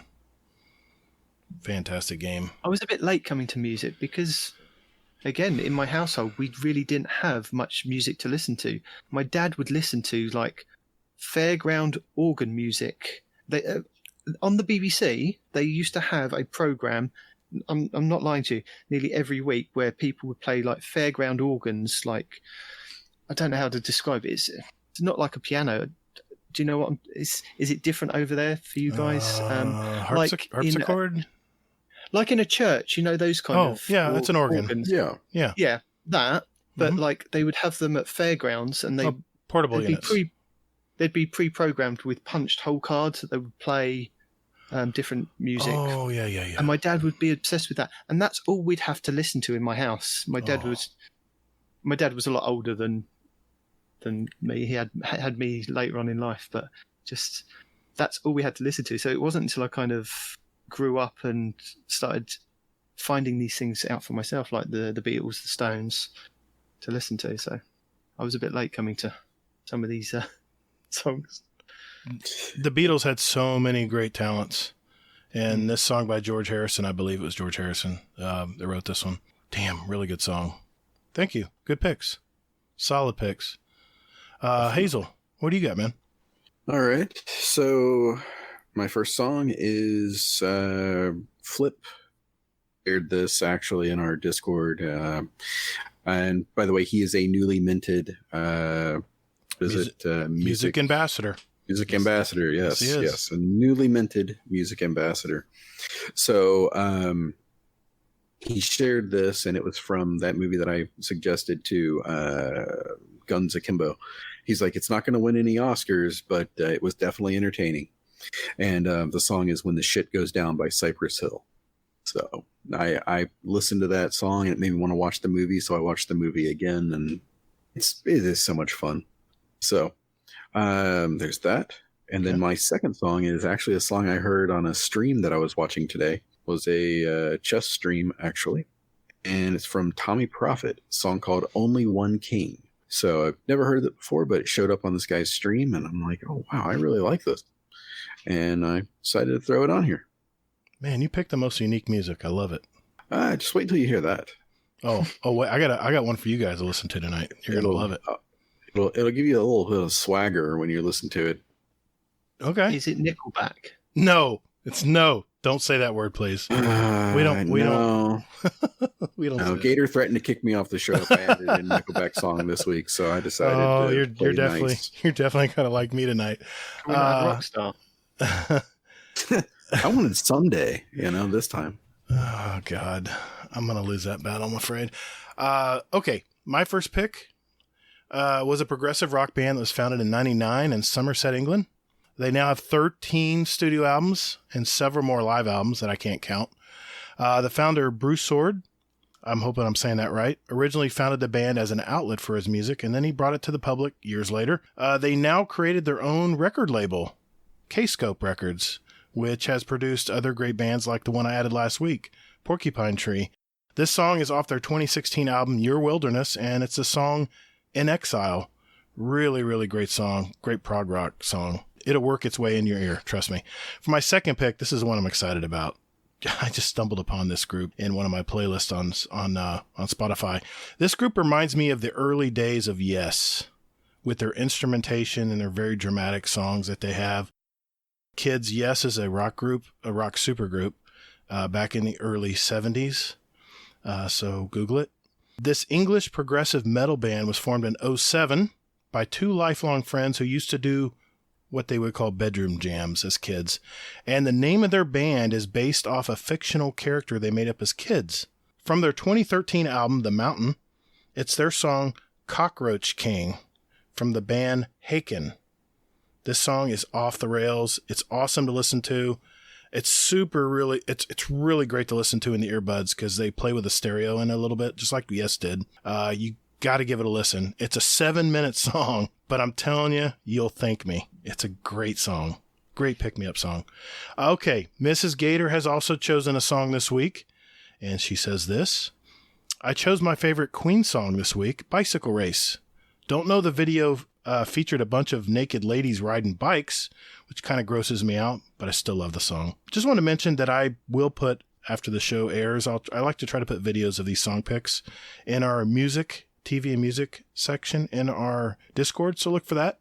I try to get live performances too if I can. Just saves you from having to go and search them out. And then finally, we have Mr. Xanafan 711's pick. One thing real quick here. Yes, sir. Is my first experience with that Bicycle Race song was actually at a party, and there's a drinking game for this song. Is there really? Whenever they say the word bicycle, you have to drink. Oh my God. It's a lot. Yeah. So next time you take that for what it's worth and, go forth and have a drinking game. Sounds good. Finally, we have Mr. Xanafan 711's pick, and he says this. I legitimately love Taylor Swift. I think she's extremely talented and can actually play a lot of instruments. I especially like her older, more poppy country music stuff. And as I was going through the playlist, I noticed there was a lack of that kind of music. I was originally going to pick an Alex on Fire song, but it has already been on there. I've been working on a cover of this song specifically, and I think it really brings out her voice and skill as both a musician and a songwriter, and it's one of her older ones too. So Zan's pick tonight is Taylor Swift with her song Mean. I know I'm thinking the same thing, Hazel, but today I listened to it. It's not bad. And I think you were complaining a bit when I put this in the Discord, so he says, wait a minute. I got a prepared statement for Hazel if he tries to make a Nickelback comparison. He says Taylor Swift is an actual songwriter who isn't afraid to speak her mind and actually has something to say. Nickelback writes cookie-cutter pop rock songs that can barely be distinguished from other pop rock bands. See Creed. Taylor Swift is also a multi-Grammy winning artist and has extreme range, varying from country to pop to R&B, and can play multiple instruments. She's also very pretty. So you got it, Zan. Hazel, don't even look at me. Don't even think about adding a Nickelback song. You've already added your songs for this week. We're done. Hazel, we'll just wait for the week that he's having a break and you and me are here. Okay. I like it. We'll do that. Oh, God. No vacation for me. No vacation for me. I'm adding 2 Nickelback songs that week. I'll add 2 as well. Oh, no. I listen to Nickelback. No. All right. Hey, guys. Thanks again, Nitedemon, for coming on tonight, man. I've had a great time tonight. Thank you. Of course, our little housekeeping segment here, we just want to remind everybody that we do have a Destiny 2 clan. We still have room, guys. Still have room. Hazel and I invite you to be a part of it. You know, we got a lot of good friends in there, but we're looking for more friends to play with. We've got the multiple Discord 100.io bot in all 3 of our Discords. That's Guardian Downcast, the Guardian Hub, and 2 Titans and a Hunter.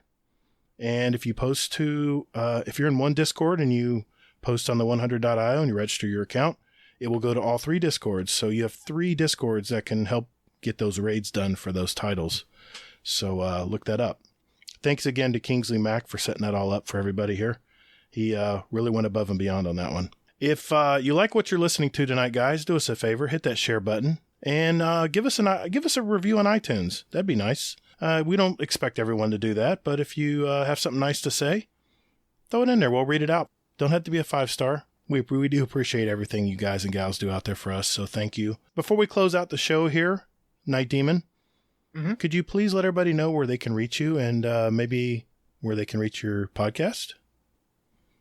Yeah, you can reach the podcast at 2 Titans at hotmail.com.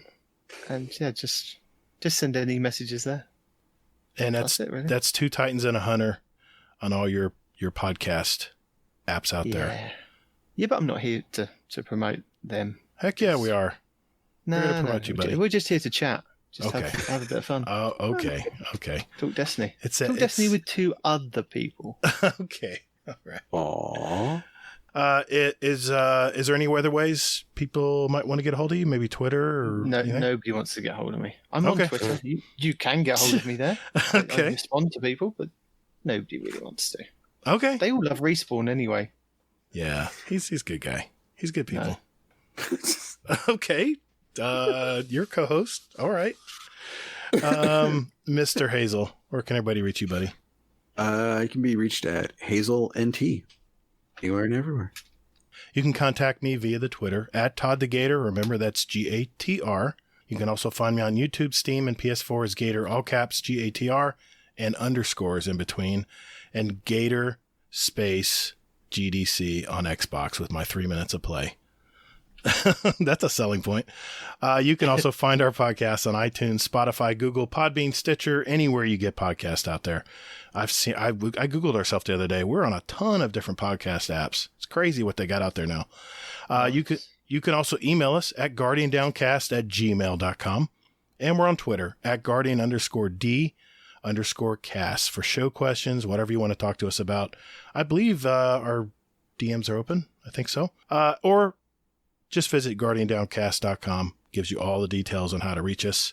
And we're now on Instagram, which I believe Mr. Hazelnut here is running for us. And just search for Guardian_Down_Cast. And we like to start, as of a few weeks ago, we have started adding pictures of our guest. And it doesn't have to be a picture of you, Night Demon, but something that relates to you or something that kind of describes you. Any kind of picture. It could be a picture of your Guardian. That seems to be what everybody likes to put in there. But do you mind sending that to us? We'll throw it in our Instagram. Yeah. Okay. Yeah. Good deal. Send you something. Yeah.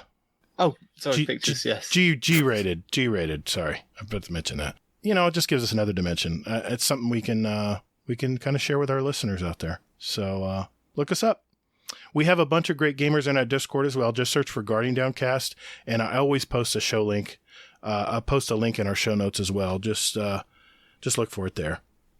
Hey, everybody. Be safe and be good to each other. And crack that smile, you know? I'll keep saying it. Wear that mask. And be safe, guys. Guardians are measured by their ability to come back from defeat. So stand. Fight! Thank you all so very much for listening. And later, Guardian. Bottles. Ta-ra. I love it. Nice.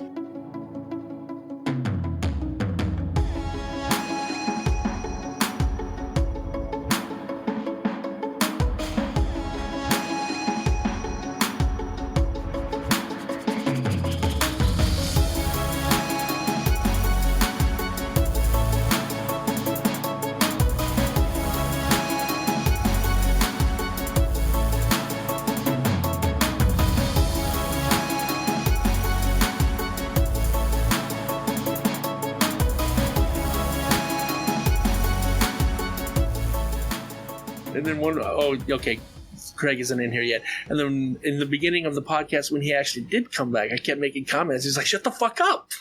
Respawn. We don't use Craig.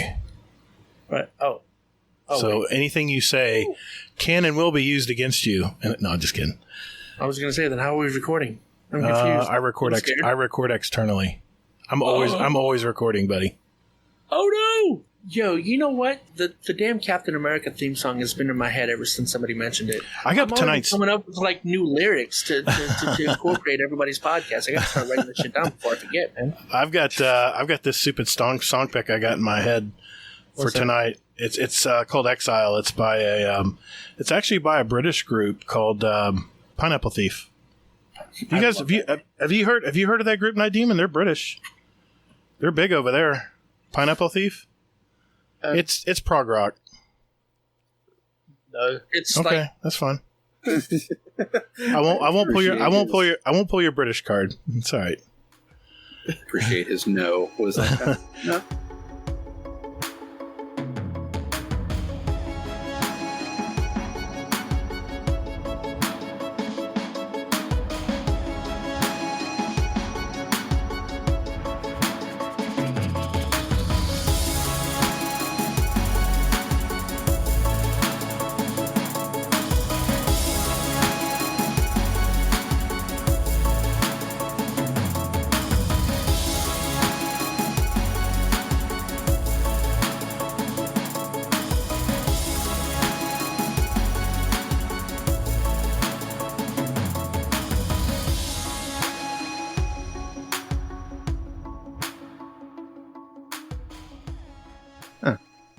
That's unfortunate. Wicked.